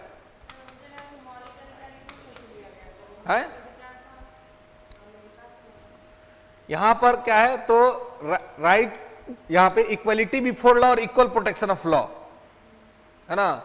तो इक्वलिटी बिफोर लॉ, विधि के समक्ष समता या विधि का शासन, एक ही बात है ना। तो ये एवी डायसी का कंसेप्ट, और ये कहते हैं कि विधि सर्वोच्च होगा, है ना। विधि सर्वोच्च मतलब कि कानून सबसे ऊपर है, और कानून के ऊपर कोई नहीं। कानून जो है वो सबसे बड़ी चीज है, और कानून के ऊपर कुछ नहीं। और साथ ही ये कहता है कि कानून के सामने सब लोग बराबर होंगे, विधि के समक्ष समता, है ना। सारे लोग जो होंगे वो क्या होंगे, कानून के सामने बराबर होंगे। तो विधि का शासन संविधानवाद का एक इंपॉर्टेंट हिस्सा होता है, ठीक है, जिसका ये कंसेप्ट जो है वो एवी डायसी का है, जो कहता है कि कानून सर्वोपरि है, कानून सबसे ऊपर है, और जो कुछ भी होगा वो कानून के मुताबिक होगा, कानून के ऊपर कुछ नहीं होगा ना। कानून के हिसाब से और कानून से रिलेटेड जो भी चीजें होंगी वो स्थापित की जाएंगी, उसके हिसाब से चीजें होंगी। विधि के समक्ष समता, कानून के सामने सब लोग बराबर होगा। लेकिन इसका कुछ अपवाद है हमारे यहां, अपवाद यानी कि एक्सेप्शन, आर्टिकल 361, है ना। तो आर्टिकल 361 में आप जो एक्सेप्शन है वो राष्ट्रपति के लिए है ना, राष्ट्रपति के लिए है और राज्यपाल के लिए भी है, कि राष्ट्रपति या राज्यपाल के पद पर रहते हुए आप पर कोई केस नहीं होगा, खास करके कोई भी क्रिमिनल केस, है ना। कोई भी क्रिमिनल केस जो है वो आप पर नहीं होगा, है ना। आपराधिक केस, दीवानी हो सकता है, सिविल केस हो सकता है ना। सिविल अगर कोई मामला हो तो वो हो सकता है, लेकिन क्रिमिनल मामला आप पर कोई भी दर्ज नहीं किया जाएगा, ठीक है। तो इस चीज को ध्यान रखना है। तो राष्ट्रपति और राज्यपाल जो है वो इस चीज से क्या है, पर है। मतलब जबकि कहता है कानून के सामने सब लोग बराबर है, लेकिन यहां कहा जा रहा है कि नहीं, इन लोगों को छूट दिया जाएगा जब तक ये पद पे हैं। तो ये क्या हो गया, अपवाद है, ये एक्सेप्शन है। लेकिन ध्यान रहे कि इसका मतलब ही नहीं कि राष्ट्रपति पद पर बैठा हुआ व्यक्ति या राज्यपाल के पद पर बैठे हुए व्यक्ति को बचाया जा रहा है, ऐसा बिल्कुल नहीं है। पद को बचाया जा रहा है, पद की शुद्धता को, पद की पवित्रता को, पद की गरिमा को बचाया जा रहा है। क्योंकि व्यक्ति तो आते जाते रहेंगे, लेकिन पद हमेशा बना रहेगा। तो एक बार पद यदि अपमानित हो गया, एक बार यदि पद लांछित हो गया, तो ऐसी स्थिति में फिर पद की गरिमा नीचे चल जाएगी, उतर जाएगी। इसलिए पद की प्रतिष्ठा को बचा के रखने के लिए इस प्रकार से चीजों को की गई है। क्लियर है। तो इसलिए ये एक्सेप्शन यहां पर है।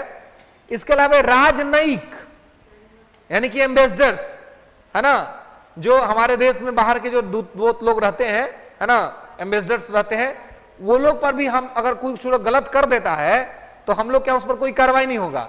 हम लोग इतना कर सकते हैं कि उसको कह देंगे भाई आप लौट जाइए अपने देश, है ना, उसके देश को कंप्लेन कर देंगे, वो देश उस पर कार्रवाई करेगी, ठीक है। तो उसको यहां पे हम लोग फ्री छोड़ देते हैं, ठीक है। इसके अलावा यूएनओ के वर्कर, यूनाइटेड नेशन असेंबली के जो वर्कर जो हमारे यहां आए हैं कुछ काम के लिए, कुछ कर रहे हैं, ऐसे में अगर उनके द्वारा कुछ गलती होती है, कुछ गलत करते हैं, तो उनको भी दंड होगा, लेकिन उनके देश के कानून के हिसाब से उनके देश में होगा। हम बस उनको उनके देश भेज देंगे, हमारे यहां उन पर कोई एक्शन नहीं लिया जाएगा। ठीक है। इसके अलावा 105 और 194 दो आर्टिकल्स हैं। तो 105 और 194 जो है ये आर्टिकल्स आप देखिए कि ये क्या है। तो ये कहता है 105 और 194 ये क्या कहता है। तो 105 है संसदीय विशेषाधिकार, पार्लियामेंट्री प्रिविलेज, और 194 जो है वो स्टेट लेजिस्लेचर प्रिविलेज, विधानमंडलीय विशेषाधिकार। यानी कि संसद में आप कुछ भी बोलिएगा तो आप पर कोई कार्रवाई नहीं, और राज्य विधानमंडल में आप कुछ भी बोलिएगा तो आप पर कोई कार्रवाई नहीं। 105 194 में यह लिखा हुआ है। अब बिल्कुल आप फ्रीली, उसके अंदर में कोई हियरिंग नहीं होगी, इसलिए लोग कुछ भी बोलते हैं।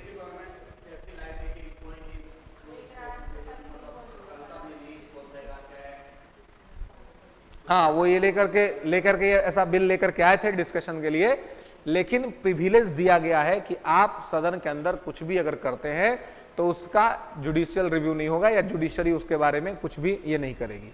ठीक है। अब ये इसलिए दिया गया है ताकि खुल करके आप अपना बात रखिए, इसलिए नहीं दिया गया कि किसी को गलत सलत बोल दीजिए, किसी को गाली दे दीजिए, है ना, किसी पर पत्थर फेंक दीजिए, ये सब नहीं है। लेकिन अब कुछ लोग ऐसा कर देते हैं, है ना, आप कुछ लोग ऐसा कर देते, इसी वजह से ये सब चीज बदनाम हो जाता है। लेकिन ये दिया गया है ताकि आपको अधिकार दिया जाए कि आप खुल करके जनता का मुद्दा सदन में उठाएं, मुद्दा उठाने में आपको किसी प्रकार का कोई दिक्कत ना हो, इसके लिए ये सब चीज किया गया है।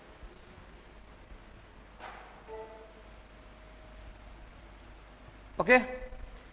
इसके अलावा आइए शक्ति का पृथक्करण, separation of power. Separation of power जो है ये भी संविधानवाद का एक बहुत इंपॉर्टेंट फीचर है ना, क्योंकि आप देखिए कि संविधान में ही शक्ति का पृथक्करण का सिद्धांत दिया हुआ है ना जी। एग्जीक्यूटिव, जुडिशरी, लेजिस्लेटिव सबका काम अलग अलग बांटा गया है। कहा गया है कि एग्जीक्यूटिव अपना काम करेगी, जुडिशरी अपना काम करेगी, लेजिस्लेटिव अपना काम करेगी, है ना, इस प्रकार का बात किया गया है। तो जब सबका अपना अपना अलग अलग काम बांटा गया है, तो आप देखिए कि शक्ति का पृथक्करण का जो सिद्धांत है तो वो भी संविधान के हिसाब से ही है, तो वो भी लागू होना चाहिए, वो भी बाध्यकारी होना चाहिए, और वो है भी। ये कंसेप्ट मॉन्टेस्क्यू का है। मॉन्टेस्क्यू कहां का था जी, कोई बता सकता है?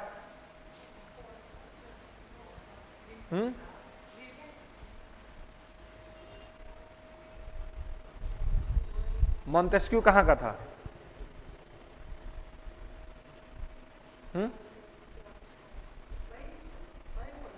कहां का? कनाडा वंडा का? क्या इंडिया का नहीं हो सकता है?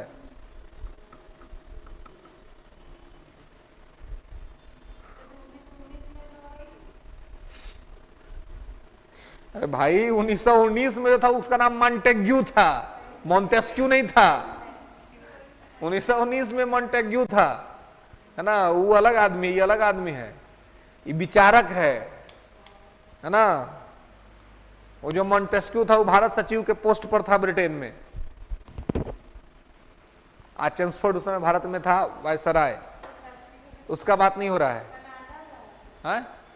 कनाडा का है? कनाडा का?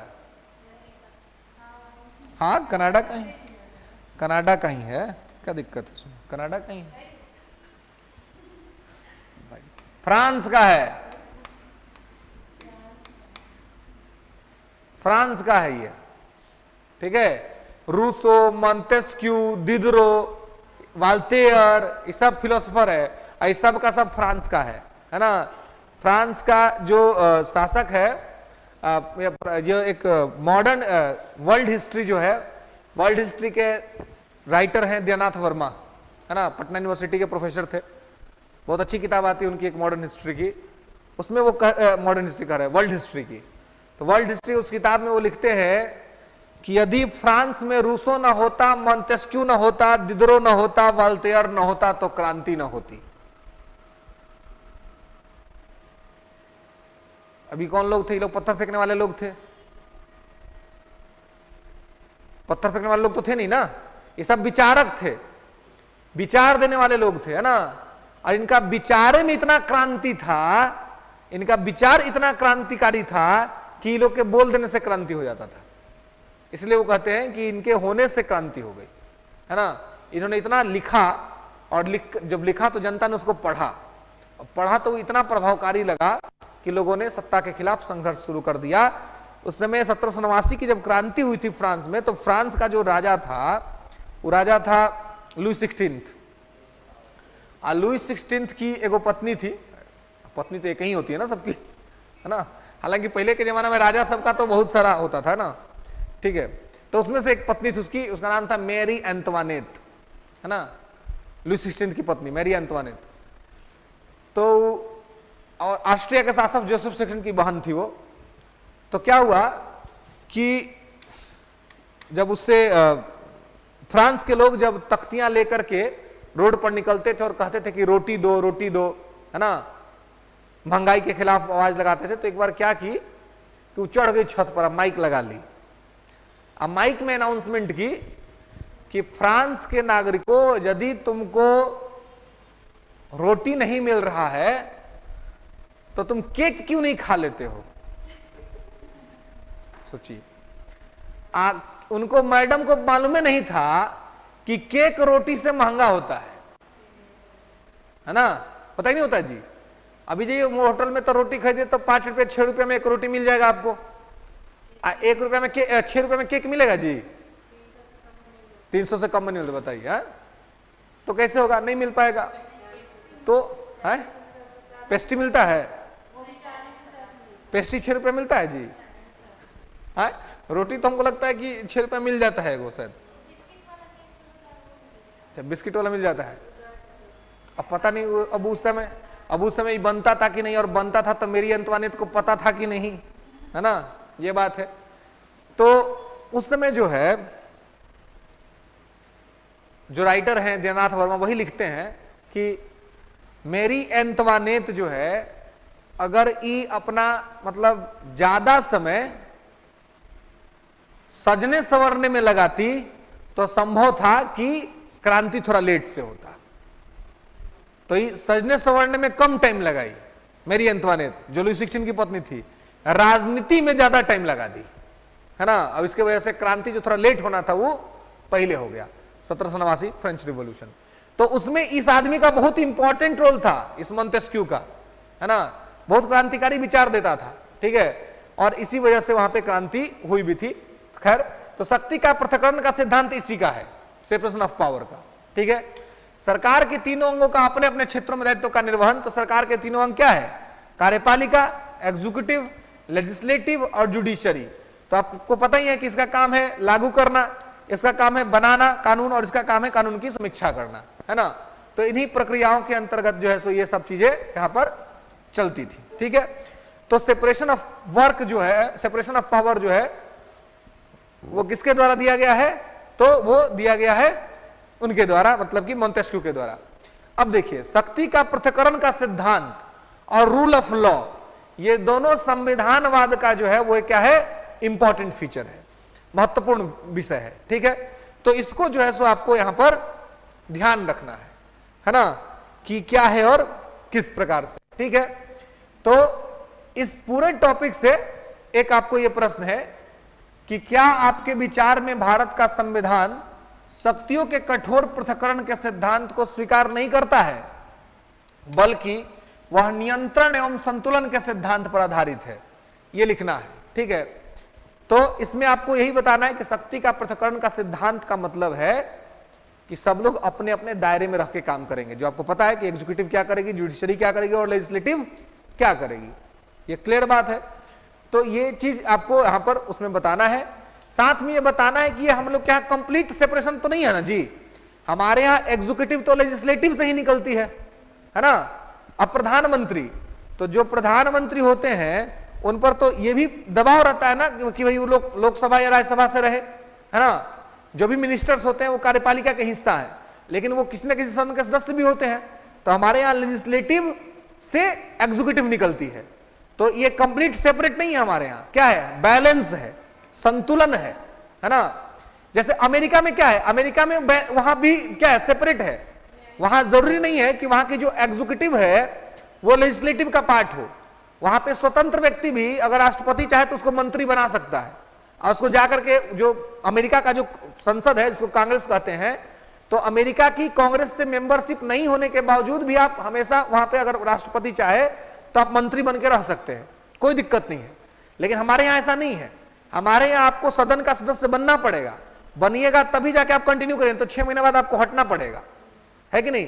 तो हमारे यहां क्या है, लेजिस्लेटिव में से ही एग्जीक्यूटिव आती है, ठीक है। और उधर जुडिशरी है, जुडिशरी का कभी काम है समीक्षा करना, तो बहुत बार आप देखते हैं कि वो एक्टिविज्म दिखा करके एग्जीक्यूटिव वाला भी काम करने लग जाती है। तो हम लोग क्या कठोर शक्ति पृथक्करण का सिद्धांत नहीं है, हम लोग क्या है, एक संतुलन है, दोनों के बीच में क्या है, एक प्रकार का बैलेंस है। तो ये तो आप देख रहे होंगे, और एक ये यूनिवर्सली आप देख रहे होंगे कि ऐसा ही हो रहा है कि सब जगह क्या हो रहा है, तो सब जगह पे स्थिति ऐसी हो रही है कि यहां पर हमारे देश की व्यवस्था में संतुलन ही बनाया गया है। एक्सट्रीम पावर कहीं किसी को नहीं दिया गया है ना, एक्सट्रीम पावर कहीं किसी को हम लोग के यहां नहीं दिया गया है, ठीक है। तो इस प्रश्न को यहां पे आप लोग इसको लिखेंगे, ठीक है। हाँ? क्या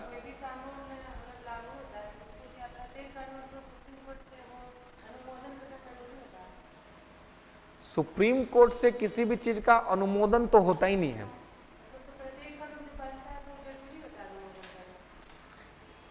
अनुमोदन का जहां तक बात है, अनुमोदन मतलब हुआ कि पास कर देना, एक्सेप्ट कर लेना, है ना।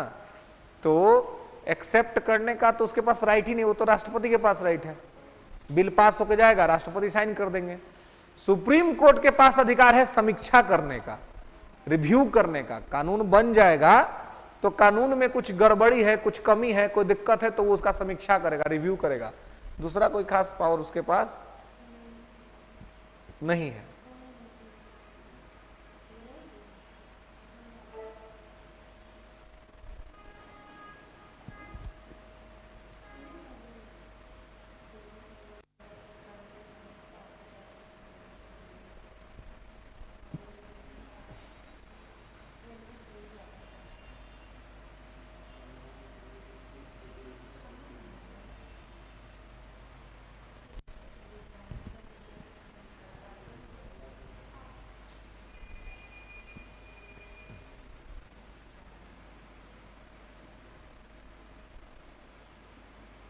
हेट स्पीच आप लोग का हो गया था ना जी,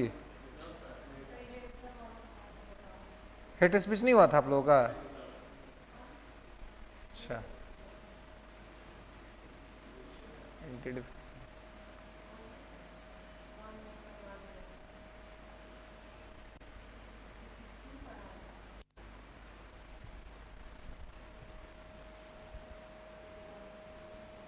स्पेशल स्टेटस, विशेष राज्य।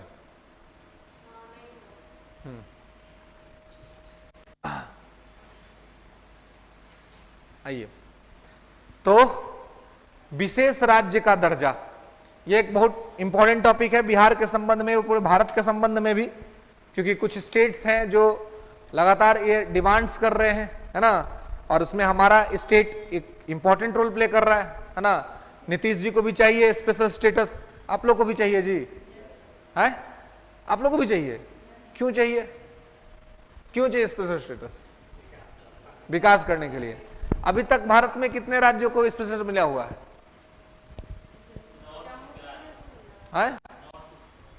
कितने को मिला हुआ ये बताइए। हाँ, 12 को मिला हुआ है, ठीक है। और ये बताइए कि क्या 12 जिनको मिल गया है वो लोग विकसित हो गया है? नहीं हुआ है। नॉर्थ ईस्ट के लगभग सबको मिला हुआ है, ठीक है।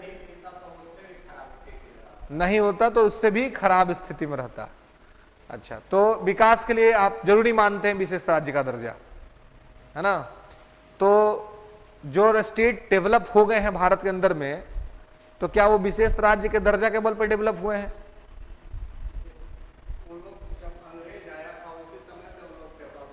अच्छा,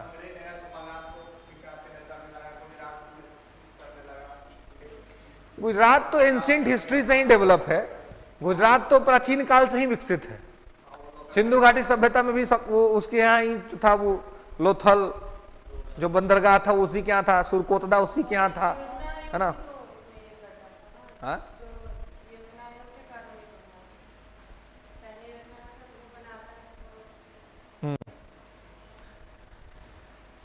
देखते हैं विशेष राज्य का दर्जा मांग कितना उचित अथवा अनुचित, है ना। क्योंकि आपको मैंने बताया था कि पिछले क्लास में ही कि जो है जो फाइनेंस कमीशन है, जो वित्त आयोग है, वो वित्त आयोग बहुत पहले ही जो है वो डिमांड को रिजेक्ट कर बोल दिया सरकार को कि भाई अब विशेष राज्य का दर्जा किसी को दीजिए मत, क्योंकि विशेष राज्य का दर्जा एक प्रकार का बीमारी है छुआछूत वाला, एक आदमी को दीजिए तो दूसरा को भी चाहिए, तीसरा को भी चाहिए। अब मालूम चला कि सबको विशेष राज्य का दर्जा ही दे देंगे तो स्टेट की लायबिलिटी बढ़ जाएगी, मतलब कि देश का, भारत का। तो भारत का जब लायबिलिटी बढ़ जाएगा तो बाकी देश, बाकी हिस्से का विकास कैसे होगा, किस प्रकार से होगा। तो इसलिए यहां पर इस चीज को जो है सो ध्यान रखना है। अब देखिए तो देखते हैं इसको कि विशेष राज्य का दर्जा का मांग उचित अथवा अनुचित, सही है या फिर गलत है। तो देखिए विशेष राज्य का दर्जा ठक लगाने दीजिए। आइए समाचार, है ना। पहले समाचार मतलब कि ये क्यों चर्चा में रहता है, ये इसको देखेंगे, ठीक है, कि विशेष राज्य का दर्जा का चर्चा में रहने का रीजन क्या है। ठीक है, विशेष राज्य का दर्जा, इससे होता क्या है, स्पेशल स्टेटस कैटेगरी अगर मिल जाएगा तो कौन सा बड़ा बदलाव आ जाएगा जो कि नहीं है भाई, है ना। इसके अलावे निर्धारक माने कि पैमाना, है ना, कि किसी को विशेष राज्य का दर्जा मिलना चाहिए कि नहीं मिलना चाहिए, इसके निर्धारक क्या है। इसके अलावा विशेष राज्य के दर्जे के संबंध में चुनौतियां, है ना, चैलेंजेस, है ना, related to special state condition, है ना। और उसके बाद देखेंगे इसमें निष्कर्ष, कंक्लूजन, कि वे क्या कंक्लूजन हो सकता है। ठीक है, तो इस प्रकार से इस टॉपिक के रूपरेखा को समझेंगे। ठीक है, आइए क्यों चर्चा में है भाई, क्यों चर्चा में रहता है। तो देखिए हाल ही में केंद्रीय वित्त मंत्री ने स्पष्ट किया कि केंद्र किसी भी राज्य के लिए विशेष श्रेणी के दर्जे की मांग पर विचार नहीं करेगा।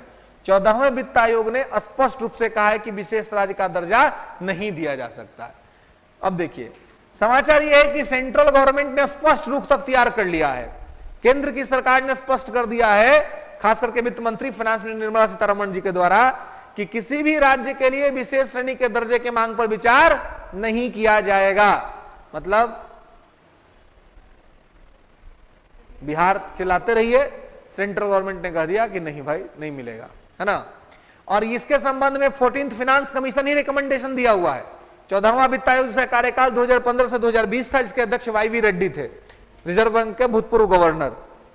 तो उन्होंने सरकार को यह रिकमेंड किया कि स्पेशल स्टेटस कैटेगरी आप किसी को अलाउ मत कीजिए, इससे सेंटर पर एक्स्ट्रा बर्डन बढ़ता है, सेंटर पर एक्स्ट्रा बोझ बढ़ता है। ऐसी स्थिति में सेंटर का डेवलपमेंट तो पूरा देश को ना करना है, अब वो केवल एक जगह का तो नहीं कर सकता है कोई पार्टिकुलर, तो इसके लिए इस चीज को यहां पर ध्यान रखना है।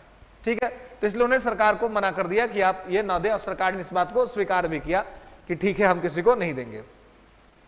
यह ओडिशा, बिहार, आंध्र प्रदेश जैसे राज्यों के लिए बड़ा झटका है, क्योंकि ये राज्य पिछले कुछ वर्षों से विशेष श्रेणी के दर्जे की मांग कर रहे हैं। नीतीश जी के लिए बड़ा झटका है ना, क्योंकि बहुत दिन से डिमांड कर रहे हैं कि भाई स्पेशल स्टेटस दीजिए, और केंद्र सरकार कह दिया कि हम तो देवे नहीं करेंगे, है ना, देने का कोई मामला ही नहीं है हमारा।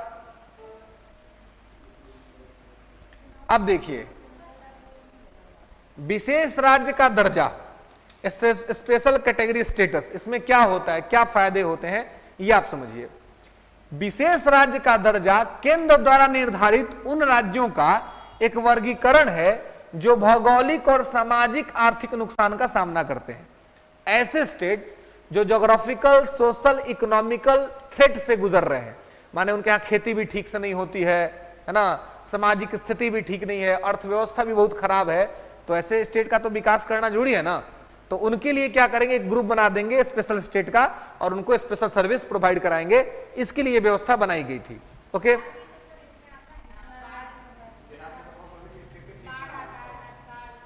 हाँ, ये नहीं है, वो नहीं है, तो ये भी तो बात है ना कि ये नहीं है वो नहीं है, तो इतना दिन से ये वो लोग कर क्या रहे थे, शासन कर रहे थे ना इतना दिन से। हाँ, तो ये लोग अभी ये लोग जो हैं वो लोग क्या कर रहे हैं ना, इनको तो इस चीज को ठीक,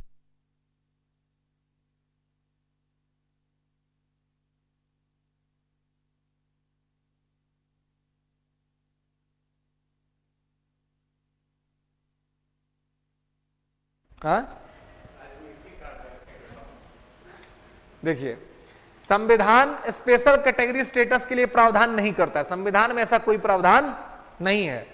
और यह वर्गीकरण बाद में 1969 में 5वें वित्त आयोग की सिफारिशों के आधार पर किया गया था। यानी कि जो स्पेशल कैटेगरी स्टेटस की जो बात है, ये 1969 में जो 5th फिनांस कमीशन है, इसके रिकमेंडेशन पे ये किया गया। ठीक है, पहली बार वर्ष 1969 में जम्मू कश्मीर, असम, नागालैंड को यह दर्जा दिया गया था, है ना।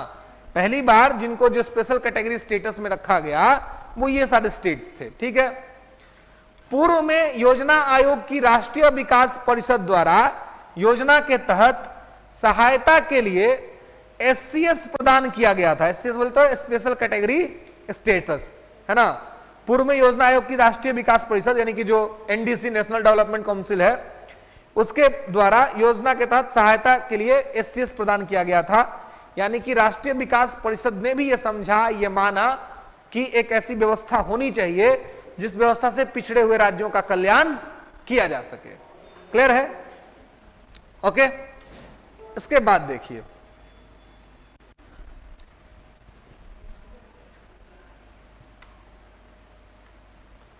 असम, नागालैंड, हिमाचल प्रदेश, मणिपुर, मेघालय, सिक्किम, त्रिपुरा, अरुणाचल प्रदेश, मिजोरम, उत्तराखंड और तेलंगाना सहित 11 राज्यों को विशेष श्रेणी का दर्जा दिया गया। ठीक है, अब देखिए, जम्मू कश्मीर से चूंकि 370 हट गया, है ना, तो 370 हट गया तो उसकी विशेष राज्य वाली जो स्थिति थी वो खत्म हो गई, है ना। तो इसलिए अभी तक में अगर आप देखें तो दिया गया था 12 को। ठीक है, लेकिन जम्मू कश्मीर से चूंकि 370 खत्म कर दिया गया तो उसका वो स्टेटस खत्म हो गया। तो उसका जब वो स्टेटस खत्म हो गया तो अभी वर्तमान में प्रेजेंटली जो इंडिया में जो स्पेशल कैटेगरी वाले स्टेट हैं वो कितने हैं? 11 है। असम है, नागालैंड, हिमाचल प्रदेश, मणिपुर, मेघालय, सिक्किम, त्रिपुरा, अरुणाचल प्रदेश, मिजोरम, उत्तराखंड, तेलंगाना, है ना। तो इन स्टेट्स को यहां पर जो रखा गया है, लास्ट जो अपडेटेड जो मिला है वो तेलंगाना को ही मिला है। ठीक है, क्या?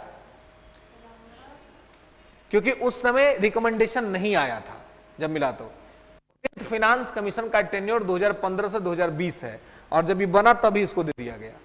ठीक है, जब ये आंध्र प्रदेश से बना तभी इसको दे दिया गया और वो रिकमेंडेशन बाद में आया था। जैसे अभी जो चल रहा है 15वां वित्त आयोग, तो 15वां वित्त आयोग का टाइम है 2020 से 2025, है ना। तो इस बीच जो भी रिकमेंडेशंस आएंगे वो 15th फिनांस कमीशन के आएंगे। हालांकि इसका रिकमेंडेशन सरकार पर सलाहकारी टाइप का है, ऐसा नहीं कि सरकार मानेगी, बाध्यकारी नहीं है सरकार, लेकिन अब कोई चीज सरकार को अपने हिसाब से लेगा तो मान ही लेगी, है ना। बाध्यकारी ये या सलाहकारी चीज क्या? कौन कहता नहीं मांग रहा था? वो इसी शर्त पे बेचारा आज आधे अलगे हुआ कि हमरा सपोर्ट करिएगा तो हम अलग हो जाते हैं, नहीं करिएगा तो फिर दिक्कत हो जाएगा हमको, क्योंकि ये नया अस्तित्व में आया है ना। इससे पहले तो इसका अस्तित्व था नहीं, सब कुछ इसका आंध्र प्रदेश के साथ ही था। तेलंगाना भारत के सबसे नवीन राज्य को यह दर्जा दिया गया था क्योंकि इसे आंध्र प्रदेश राज्य से अलग किया गया था, है ना। एक अलग स्टेटस के तौर पर इसको स्थापित किया गया इस वजह से। ठीक है, 14वें वित्त आयोग ने पूर्वोत्तर और 3 पहाड़ी राज्यों को छोड़कर अन्य राज्यों के लिए विशेष श्रेणी का दर्जा समाप्त कर दिया, है ना। 14वें वित्त आयोग ने क्या कहा कि पूर्वोत्तर यानी कि जो नॉर्थ ईस्ट का इलाका है और 3 पहाड़ी राज्यों को छोड़ करके अन्य राज्यों के लिए विशेष श्रेणी का दर्जा समाप्त कर दिया है। ठीक है, इसने सुझाव दिया कि प्रत्येक राज्य के संसाधन अंतर को कर हस्तांतरण के माध्यम से भरा जाए। इसने कहा कि अगर कोई कमजोर राज्य है, अगर कोई गरीब राज्य है, तो उसको आप स्पेशल कैटेगरी स्टेटस मत दीजिए, बल्कि उसका पैसा बढ़ा दीजिए, है ना। जो उसका केंद्रीय करों में जो उसका अधिकार है उसको बढ़ा दीजिए। तो केंद्रीय कर में राज्यों की जो पहले हिस्सेदारी होती थी वो 32% होता था। तो यही सिफारिश किया था कि इसको 32% से बढ़ा करके 10% बढ़ा के 42% कर दीजिए। पैसे बढ़ा दीजिए, पैसा आप दे दीजिए सबको, लेकिन आप स्पेशल कैटेगरी स्टेटस अलाउ मत करिए, है ना। क्योंकि ये एक प्रकार का बीमारी है और ये कोरोना है, एक आदमी को हो जाता है तो दूसरा आदमी को भी हो जाता है ना। तो सबको चाहिए।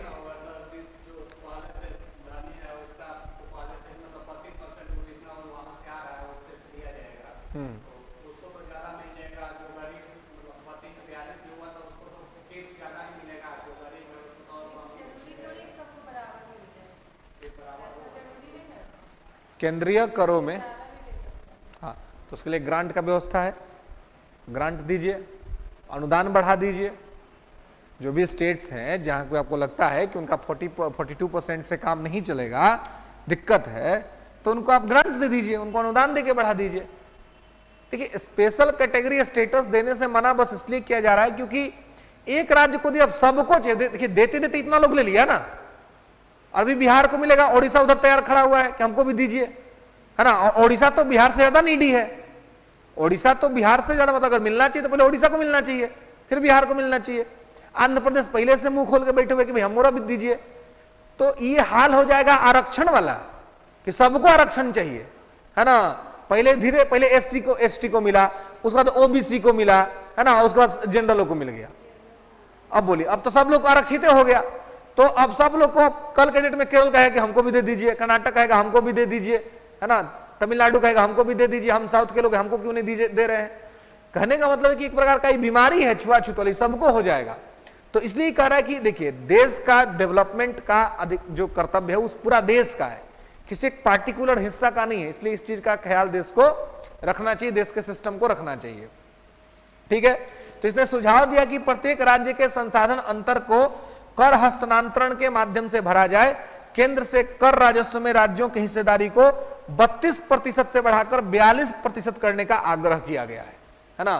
तो ये हो भी गया था, ठीक है। लेकिन फिर 15वां वित्त आयोग के सिफारिश पर इसमें से 1% कम कर दिया गया है।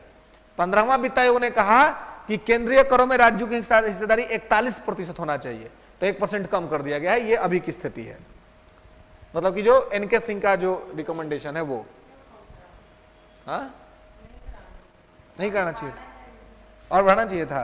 वाह, बढ़ा के क्या चाहती हैं आप? देश का पूरा राज्यों का विकास का लायबिलिटी केंद्र सरकार पे ही दे दिया जाए तो राज्य क्या करेंगे? अभी देखिए ना, इसमें क्या क्या चीज होता है। राज्य के पास बहुत कम लायबिलिटी रह जाता है जब विशेष राज्य का दर्जा मिल जाता है, तो आलसी हो जाएगा राज्य, है ना, अपने से कुछ करवेगा नहीं करेगा, सोचेगा सब तो हमको बना बनाया मिल ही जाता है तो हम काला मेहनत करने जाए। स्पेशल कैटेगरी स्टेटस विशेष स्थिति से अलग है जो बढ़े हुए विधायी और राजनीतिक अधिकार प्रदान करती है, जबकि विशेष श्रेणी का दर्जा केवल आर्थिक और वित्तीय पहलुओं से संबंधित है। देखिए, इसमें यह कहना है कि जो पैसा वाला जो मामला है, जो पैसा अगर हम एक्सटेंड कर देते हैं तो स्पेशल कैटेगरी स्टेटस विशेष स्थिति से अलग है जो बढ़े हुए विधायी और राजनीतिक अधिकार प्रदान करती है, जबकि विशेष श्रेणी का दर्जा केवल आर्थिक और वित्तीय पहलुओं से संबंधित है। मतलब कि अगर केओसी को विशेष राज्य का दर्जा दिया जाता है, विशेष श्रेणी राज्य का दर्जा, तो ऐसे में क्या होगा कि वो उससे केवल उसका इकोनॉमिकल और जो फाइनेंशियल कंडीशन है उससे वो डेवलप कर पाएगा। लेकिन अगर इस प्रकार से हम उसको ग्रांट उपलब्ध कराते हैं या उसको पैसा उपलब्ध कराते हैं और इस तरह की कैटेगरी स्टेटस में नहीं रखते हैं, तो इससे क्या होगा, उसको एक सेल्फ डिपेंडेबिलिटी आएगी, आत्मविश्वास आएगा और अपने रिसोर्सेज का वो अपने हिसाब से इस्तेमाल करना शुरू करेगा। तो वो कहीं ना कहीं उसको आत्मनिर्भरता की तरफ लेकर के जाएगा, जो कि सही रहेगा उसके लिए। 90% केंद्र सरकार देती है और 10% राज्य का होता है। इतना बड़ा गैप होता है। ऐसे जनरल सिचुएशन में होता है कि 60% केंद्र सरकार, 40% राज्य सरकार। तो अब सोचिए कि जब 10% की लायबिलिटी केवल स्टेट गवर्नमेंट की रह जाएगी तो कोई स्टेट गवर्नमेंट आलसी नहीं हो जाएगा, हो ये जाता है सब। आखिर नॉर्थ ईस्ट वाले लोग ऐसा, ठीक है सिचुएशन खराब है, दिक्कत है, लेकिन हाँ जो मिला उनको भी हटा देना चाहिए था। जिसको मिल गया उसको मिल गया, हटाना तो और मुश्किल है इस देश में कोई चीज, है ना। देख रहे हैं ना, आरक्षण हट रहा है आज तक, आए अभी 2020 में वो आरक्षण खत्म होने वाला था, SC/ST आरक्षण, है ना, 10 साल का एक्सटेंड कर 2030 कर दिया गया, है ना। तो ये सब जो दे दिया गया सो दे दिया गया, हटाना वो समझिए कि वो बिल्ली के गला में घंटा बांधने के जैसा है कि कौन बांधेगा, है ना, जो बांधेगा उसके मुंह पर फन जाएगी, है कि नहीं, तो दिक्कत हो जाएगा, है। हाँ, वोट नहीं चाहिएगा वही आदमी हटाएगा ही, मतलब ये सब काम वही कर सकता है जिसको सरकार से मोह भंग हो गया हो, है ना। अब सोच लिया हो कि हम सब दान करके चल जाएंगे तीर्थ यात्रा पर, है ना, वही आदमी सब काम कर सकता है, दूसरा नहीं कर सकता है। हाँ, अगर ये चाहे तो कर सकते हैं, लेकिन ये भी करेंगे नहीं, इनको तो भाई इनको भी सत्ता चाहिए अंतिम समय तक, है ना। चलिए, उदाहरण के लिए अनुच्छेद 370 के निरस्त होने से पहले जम्मू कश्मीर को विशेष राज्य का दर्जा प्राप्त था। तो तभी हम लोगों ने बात किया ही कि पहले उसको स्पेशल स्टेटस कैटेगरी में रखा गया था, लेकिन अब जो है सो नहीं है, ठीक है। अब देखिए यहां जो विशेष राज्य के दर्जा के लिए जो निर्धारक जो ये है उसको कहते हैं गाडगिल मॉडल, है ना। तो गाडगिल सिफारिश पर आधारित कुछ निर्धारक ये है, निर्धारक की किसको जो है वो स्टेटस मिलना चाहिए इस संदर्भ में। तो देखिए, पहाड़ी इलाका, माउंटेनियर इलाका अगर है तो आपको मिल सकता है। नॉर्थ ईस्ट का सारा इलाका वही है, माउंटेनियर ही है, इसलिए उनको मिला हुआ है। कम जनसंख्या घनत्व, है ना, जो जनसंख्या डेंसिटी होनी चाहिए वो कम होनी चाहिए, या जनजातीय जनसंख्या का बड़ा हिस्सा, या फिर ट्राइबल कम्युनिटी बड़े स्तर पे आपके यहां रह रहा हो, है ना, तो ऐसे में भी आपको विशेष राज्य का दर्जा दिया जा सकता है। पड़ोसी देशों के साथ सीमाओं पर सामरिक स्थिति, है ना, ऐसा स्टेट हो जिसका कि जो नाइबर्सहुड, हमारे जो नाइबर्स जो स्टेट्स हैं उनके साथ तनाव चल रहा हो, जैसे कि मान लीजिए कि अब पाकिस्तान के बॉर्डर पे, चाइना के बॉर्डर पे जो स्टेट्स हैं, है ना, तो वहां पर तो हमारा सामरिक स्थिति गड़बड़ चल रहा है, कभी हम लगता है कि कब चाइना से लड़ लेंगे, कब लगता है कि हम पाकिस्तान से लड़ जाएंगे, तो ऐसी स्थिति वाले प्लेस पर भी क्या हो सकता है कि दिक्कत हो सकती है। इसके अलावा आर्थिक और आधारभूत संरचना का पिछड़ापन, है ना, इकोनॉमिकल और जो बेसिक जो स्ट्रक्चर का जो ये है बैकवर्डनेस है। बेसिक का मतलब ये हुआ कि जो आपका रिसोर्स है, मिनिमम जो रिसोर्स है वो भी अगर नहीं है आपके पास, है ना, आर्थिक और आधारभूत संरचना का पिछड़ापन, कि आप मतलब बेसिक इंफ्रास्ट्रक्चर भी आप डेवलप कर पाने की स्थिति में नहीं है, तो वैसे में आपको ये मिल सकता है स्पेशल स्टेटस का दर्जा। राज्य के वित्त की अव्यवहार्य प्रकृति, अव्यवहार्य प्रकृति का यहाँ पे मतलब है कि समय पर आपको पैसा नहीं मिल पा रहा है, या समय पर आपको चीजें नहीं मिल पा रही है कि आप डेवलपमेंट के अपना काम पूरा कर पाए, है ना।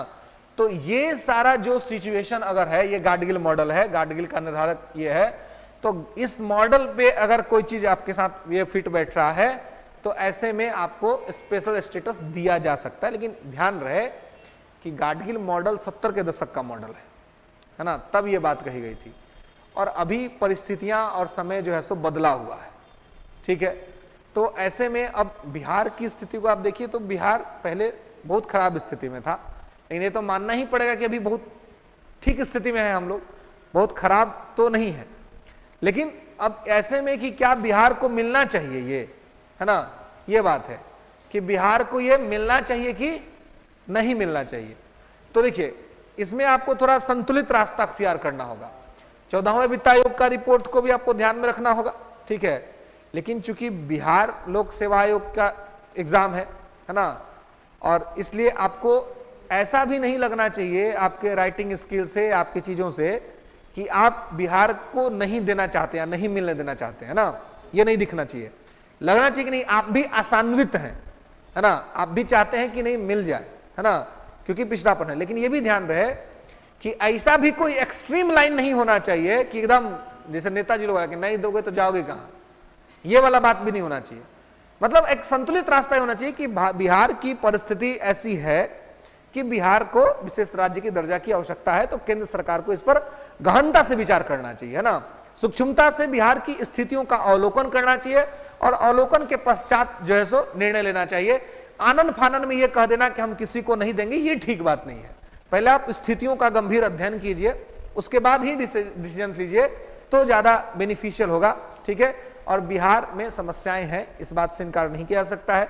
तो इन समस्याओं के समाधान के लिए जो है केंद्र की सरकार को प्रयास करना चाहिए, क्योंकि बिहार पिछड़े राज्यों में से एक है, तो बैकवर्ड स्टेट है, तो इसको आगे बढ़ाने का रिस्पॉन्सिबिलिटी तो सेंट्रल गवर्नमेंट की है ही, तो सेंट्रल गवर्नमेंट को उसके लिए प्रयास करना चाहिए। और अगर वो विशेष राज्य का दर्जा दे पाने में असक्षम है तो फिर उनको अलग से ग्रांट बिहार को देना चाहिए, जिससे कि बिहार का समेकित रूप से विकास हो सके, इंक्लूसिव डेवलपमेंट जो है वो बिहार का कराया जा सके, ठीक है। विशेष राज्य के दर्जे के लाभ, अगर किसी स्टेट को स्पेशल स्टेटस कैटेगरी मिल जाता है तो उसको क्या लाभ हो सकता है, तो क्या लाभ हो सकता है, तो देखिए अन्य राज्यों के मामले में 60% या 75% तुलना में केंद्र प्रायोजित योजना में आवश्यक निधि का 90% विशेष श्रेणी के राज्यों को भुगतान किया जाता है, जबकि शेष निधि राज्य सरकारों द्वारा प्रदान की जाती है। यानी कि आप देखिए कि जब आपको स्पेशल स्टेटस मिल जाएगा तो केंद्र की कोई योजना होगी जो स्टेट में इंप्लीमेंट करना है, तो उसमें 90% सेंट्रल गवर्नमेंट इन्वॉल्व होगी, केवल 10% जो है वो आपको देना होगा, है ना। और ये जो है ये तो जनरल सिचुएशन है अन्य राज्यों के मामले में, है ना, कि अन्य राज्यों में 60% सेंट्रल गवर्नमेंट को देना होता है, 40% वो अपना पे करते हैं।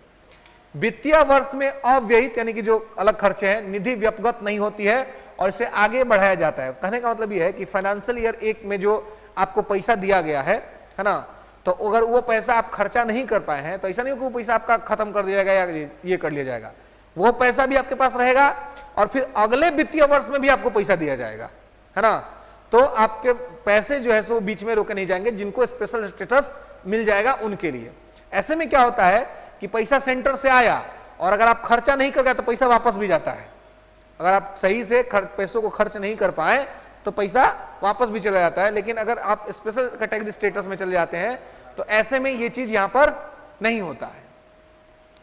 इन राज्यों को उत्पाद शुल्क और सीमा शुल्क, आयकर एवं निगर कर में महत्वपूर्ण रियायतें प्रदान की जाती है ना।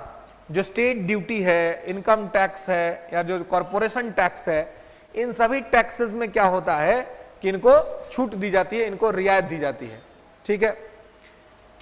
केंद्र के सकल बजट का 30% विशेष श्रेणी के राज्यों को प्रदान किया जाता है ना। सेंट्रल गवर्नमेंट का जो कुल बजट है उसका 30% जो है वो अकेले किसको दिया जाता है, तो वो इनको यहां पर प्रोवाइड कराया जाता है, ठीक है, जो विशेष दर्जा के स्पेशल कैटेगरी स्टेटस के जो राज्य हैं उनको, ठीक है। हाँ, केंद्र के सकल बजट का जो पूरा बजट है, सकल बजट का 30% विशेष श्रेणी के राज्यों को प्रदान किया जाता है। हाँ, जो जो जो जो लोग स्पेशल स्टेटस उनमें बटा जाएगा, जो स्पेशल स्टेटस के है। इसीलिए ना इसको मना किया गया है कि भाई इसे इकोनॉमिक बर्डन, केंद्र सरकार का केवल रिस्पॉन्सिबिलिटी राज्य का विकास करना थोड़ी है, मतलब एक किसी राज्य का विकास, उसका तो रिस्पॉन्सिबिलिटी है कि वो पूरे भारत का विकास करे। तो ऐसी स्थिति में इसके वजह से अब 90% जब वो खर्चा हर स्टेट का बियर करेगा तो आप समझ रहे हैं कितना खर्चा कर रहा है। हर स्टेट में 90% तो वही दे रहा है ना। सेंट्रल का कोई भी योजना अगर आ रहा है किसी स्टेट में 90% कर रहा है। तो जो स्पेशल कैटेगरी के स्टेट जो हैं उनको दिया जा रहा है ना, तो सबको दिया जा रहा है। तो ऐसे में भारत की जिम्मेवारी क्या है कि 28 जो प्रांत हैं और 8 केंद्र शासित प्रदेश हैं, इन सब का विकास किया जाए। इसका जिम्मेवारी केवल कुछ सिलेक्टिव स्टेट का डेवलपमेंट करना नहीं है। और इस व्यवस्था के वजह से सेंट्रल गवर्नमेंट पर एक्स्ट्रा बर्डन बढ़ता है, बहुत ज्यादा एक्स्ट्रा बर्डन बढ़ता है ना, रिस्पॉन्सिबिलिटी ज्यादा आती है। तो इसी वजह से इन्हीं सभी खर्चों को देखते हुए ही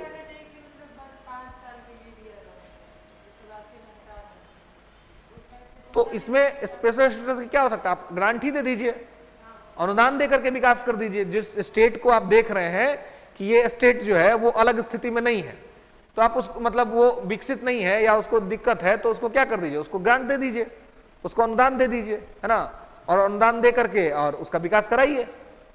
तो ये सेंट्रल गवर्नमेंट कर सकती है। लेकिन अब है कि ये सब चीज जो है वो अगर सही तरीके से इंप्लीमेंट हो जाए तो फिर कोई दिक्कत ही नहीं है ना, कि हमको ये हो जाए कि हमको इसका विकास करने से स्टेट का विकास करना है तो हमको भले स्पेशल कैटेगरी स्टेटस नहीं दे रहे हैं फिर भी अन्य माध्यमों से करना है, अगर ऐसा हो जाए तो बहुत अच्छी बात होगी, लेकिन ऐसा होता नहीं है, ईमानदारी से प्रयास जो है सो नहीं किया जाता, ये दिक्कत है।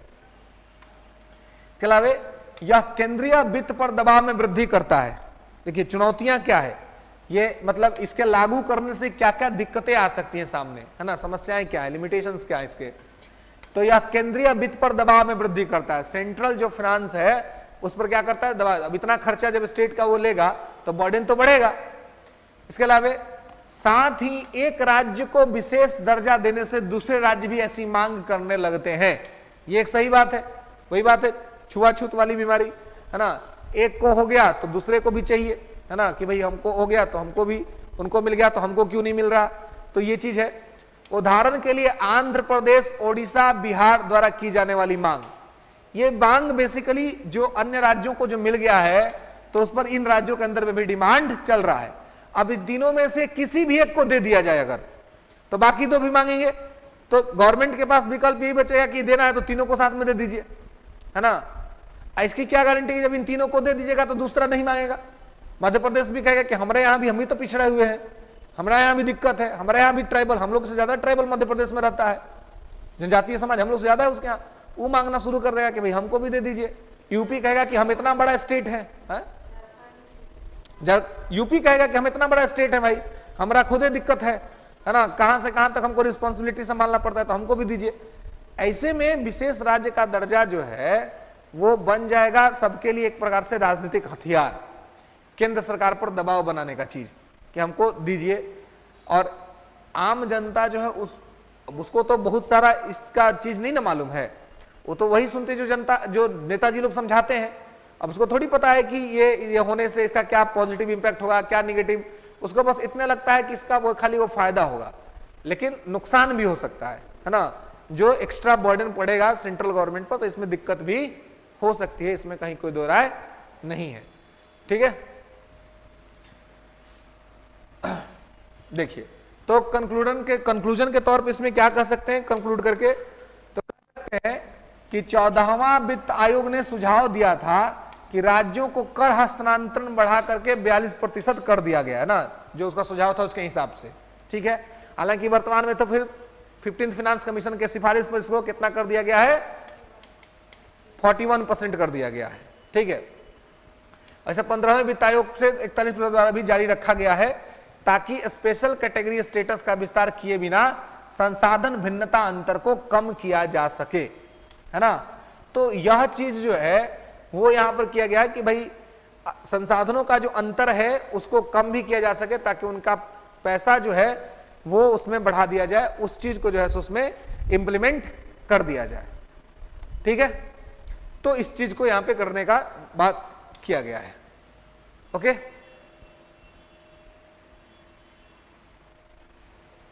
ठीक है,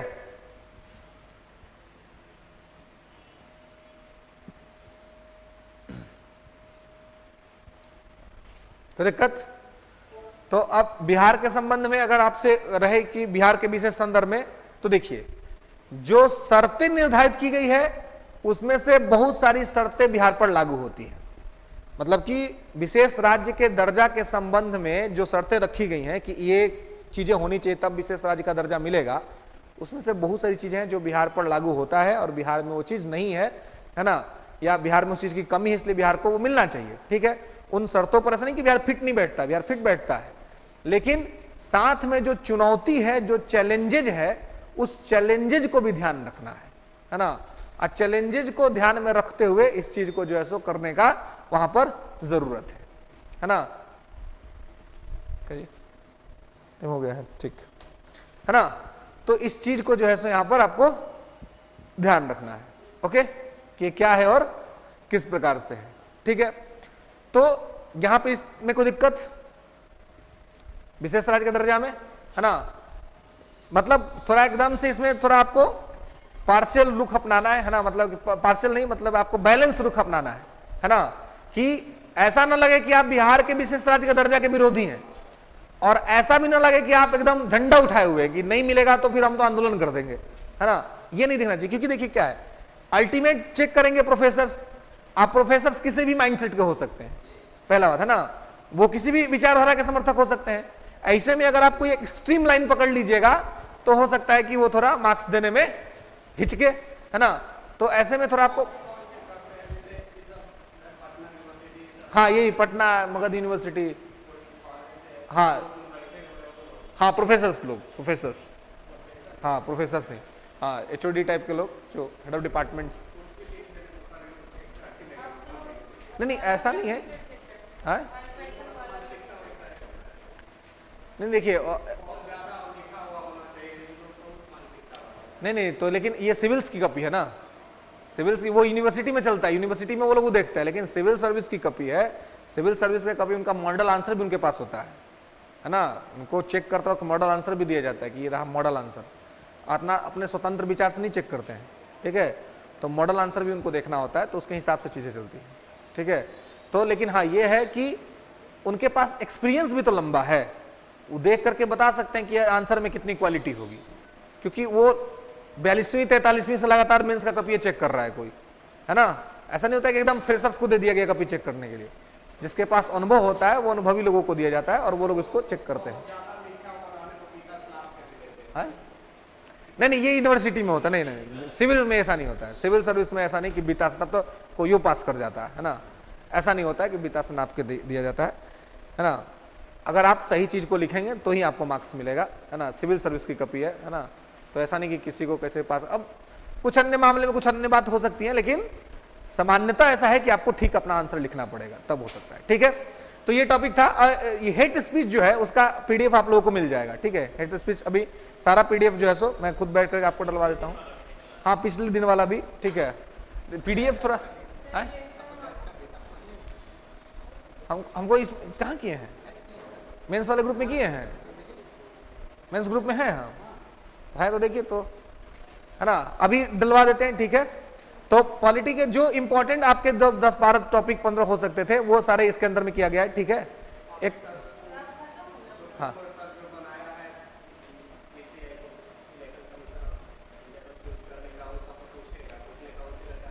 देखिए उस पर अब इतना नहीं होगा, अभी अगले आप इसी मंथ में आपका एग्जाम होना है ना, इसी मंथ में जा, तो अब तुरंत ये इश्यूज आपसे नहीं पूछा जाएगा, ठीक है।